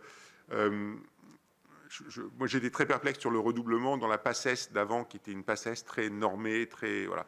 Le fait, en tout cas, je ne sais pas si c'est un redoublement, mais en tout cas, le fait d'avoir plusieurs chances pour intégrer un cursus médical, ça me semble être vraiment quelque chose d'important. C'est-à-dire, simplement dire, il n'y a pas une seule chance et après c'est fichu et vous ne pouvez plus jamais. Ça, je pense qu'effectivement, il ne faut pas faire ça. Est-ce que ça doit être un redoublement d'une année, ou est-ce que c'est simplement au cours de votre cursus, ben, vous pouvez rentrer soit après une première année ou une deuxième année. Enfin, je veux dire, ça, je pense il faut discuter de ça. C'est une des discussions que les doyens et les présidents d'université ont déjà un peu aujourd'hui. Mais je pense qu'il faut être attentif au fait d'avoir une deuxième chance. Très bien. Monsieur le ministre de la Santé. Ok. À moi. Non, mais on essaye de répondre à beaucoup de choses en même temps. À mon tour de compléter par rapport à ce que vous a dit Philippe. Monsieur le sénateur Piednoir, moi je suis d'accord avec vous sur effectivement de réaffirmer quand même le côté aussi scientifique de ces études en santé. Enfin, c'est-à-dire qu'il ne faudrait pas qu'on transforme non plus les choses, c'est-à-dire qu'il y ait des profils divers, on est tous d'accord, mais il ne faut pas non plus que si on a un profil scientifique, on ne puisse pas non plus accéder. Il faut qu'on retrouve quelque chose qui me semble équilibré. Madame Louérou, sur la régionalisation, on en a beaucoup parlé. J'ai rien de plus à rajouter.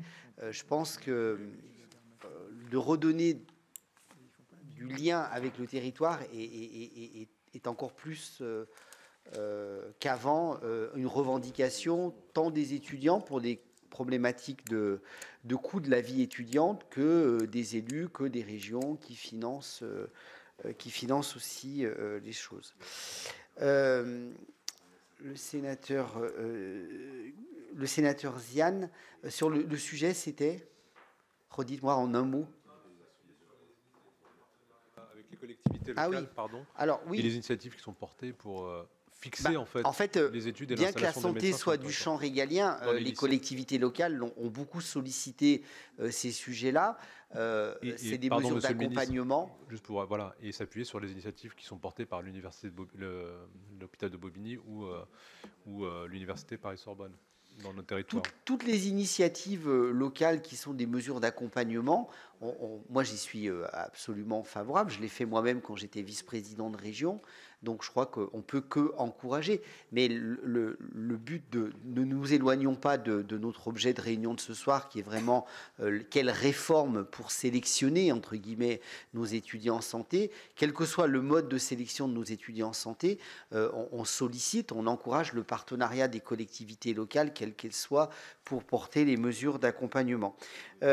Madame la sénatrice Gruny, sur le sujet Reims et Amiens, les doyens qui nous entourent feront passer quelques messages aux différents doyens. Voilà. Après, vous aviez d'autres questions sur... J'arrive pas à me relire, j'ai écrit très vite. Sur les PADU. Sur les PADU, avec le 8 de moyenne, voilà, c'était vous. Attention, un PADU à 8 de moyenne, je le redis, déjà il y a un jury qui est souverain actuellement, mais ce qui est important, c'est pas l'origine ethnique du médecin, ni son lieu de formation, c'est qu'il soit compétent pour pouvoir soigner la population. Et je veux juste dire que... quelque part, on génère nous-mêmes nos praticiens diplômés hors Union européenne. Parce que quand nous avons 54% de nos dentistes qui sont inscrits, qui ont fait leurs études en dehors de France, voilà tout à fait une filière de PADU que nous créons nous-mêmes, parce que pour avoir rencontré le président du Conseil de l'Ordre des dentistes sur ce sujet-là, il est tout à fait d'accord, vu aussi les déserts médicaux en odontologie, de voir comment ils peuvent prendre en charge et en stage ces étudiants qui ne sont plus des étudiants puisqu'ils sont diplômés dans leur pays, qui n'est pas la France, dans le pays où ils ont fait leurs études, mais de pouvoir voir ce que ça, entre guillemets, de pouvoir les prendre notamment en pratique, parce qu'il y a l'évaluation des compétences et des connaissances. En général, sur les connaissances, d'après ce qu'ils m'en ont dit, c'était satisfaisant. Après, c'est sur la pratique, et donc ils ont besoin de les avoir avec eux. Mais un PADU ou même un étudiant qui n'a pas une bonne note à ses examens et qu'on considère qu'il n'a pas le niveau de connaissance ou de compétence, on est bien d'accord qu'il ne faut pas le laisser passer, parce que derrière, c'est des responsabilités énormes et il faut qu'on ait cette sécurité de compétences vis-à-vis des patients et de nous-mêmes pour être soignés. Donc là-dessus, on est d'accord, et il ne s'agit pas de former des PADU et d'ouvrir des PADU, quel que soit le niveau de compétences et de connaissances. Voilà, donc il faut pour ça, c'est pour ça aussi qu'il y a eu des protestations sur des PADU qui n'avaient pas obtenu satisfaction. Je redirai juste à ce moment-là de l'échange que tous ont eu une autorisation transitoire d'exercer, que tous ont des statuts qui ne les mettent pas en précarité, ils ont des statuts de praticiens hospitaliers contractuels, et ils peuvent se représenter. Alors là, on va réformer les choses pour qu'ils puissent avoir une évaluation locale de leurs compétences, mais il faut effectivement avoir un niveau de compétences et de connaissances requises. Le sénateur Ross, sur la réforme de la 4e année, vous êtes là, pardon. En fait, les 3700, je pense qu'il y a un petit mélange entre la 4e année de médecine générale, où là, c'est 3700 docteurs juniors pour lesquels on doit trouver des lieux de stage, et l'augmentation du nombre du fait du numerus apertus. C'est deux choses possibles, hein, puisque là, le numerus apertus est arrivé en 2019, donc ceux qui arrivent en docteur junior ne sont pas ceux de la modification d'apertus. Hein. On est d'accord, on est encore sur la filière PASS et LAS. Donc voilà, je préférais vous le redire, mais c'est un peu complexe, on s'y perd. PASS-LAS. Voilà, donc c'était le point que j'avais vu avec vous. Madame Souris, sur le concept One Health, oui, je partage. Moi, vous le savez bien, 40 à 60% des maladies de demain viendront aussi par une contamination animale qui est elle-même provoquée aussi par un dérèglement climatique. Donc tout est lié, mais là, on est loin de la réforme. Que dire que le concept One Health doit être prégnant dans nos études en santé et doit animer nos débats? Oui. Après, ce n'est pas tout à fait en lien avec le sujet. Sur le côté santé mentale, quelque part, plus on aura d'étudiants dans la filière, plus on espère qu'ils pourront s'orienter vers aussi de la psychiatrie. Je rappelle que 60% des étudiants en santé pensent que c'est une moins bonne spécialité et 30% des étudiants, des internes, ont peur de faire de la psychiatrie. Donc il y a ce sujet-là. Ensuite, Madame Perronnier, sur les herboristes. Ah voilà. Perronnier, pardon. Non, vous êtes beaucoup de sénateurs. Ah pas du tout. Ce sont les plantes à parfum aromatiques et médicinales. Non, voilà. Donc pour les herboristes, en fait, c'est les pharmaciens qui portent cette compétence et il n'y a pas de formation. Enfin, je me retourne vers les doyens, mais il n'y a pas de formation en herboristerie durant les études de santé. Concernant l'intelligence artificielle, oui, c'est le plan que j'ai annoncé lors du Digital Summit sur l'IA. 100 000 étudiants par an, donc 500 000 au total, dès septembre 2025, pour pouvoir avoir des modules d'intelligence artificielle qui est un gain de temps. On a des lectures accélérées de radio, confortées, sécurisées. On a beaucoup d'usages sur l'IA. Madame Doineau, effectivement, la Mayenne a de bons résultats sur ses premières années. Sur les passerelles, et on a bien pris le point sur les étudiants qui auraient eu pas suffisamment pour faire médecine, mais qui ont quand même eu de bons niveaux, voir qu'est-ce qu'ils sont devenus, et voir effectivement si les passerelles... on a deux types de passerelles globalement. On a le passerelle des professionnels de santé, infirmiers, kinés, qui voudraient, au bout d'un certain nombre d'années de pratique professionnelle ou dans la foulée, pourquoi pas reprendre des études en santé. Donc là, il faut qu'on voit à quel niveau on les réincorpore.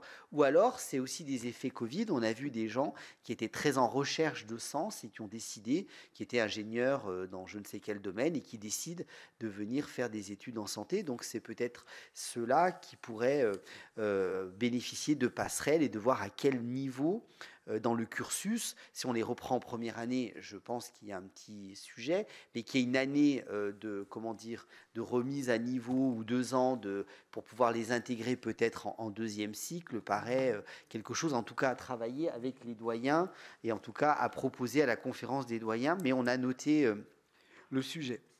Monsieur Oueda, sur la surexploitation, il est parti. Je vais juste quand même répondre. Effectivement, il faut faire attention. Les étudiants en santé produisent beaucoup de travail à l'hôpital. S'il fallait convertir tous les postes d'internes en médecins hospitaliers, on comprend bien qu'il y aurait possiblement encore des dépenses supplémentaires. Donc, je crois qu'il faut, ça a été étudié, et je crois qu'il faut effectivement pas faire ce raccourci. En fait, le dédommagement des études est fait durant l'internat en général.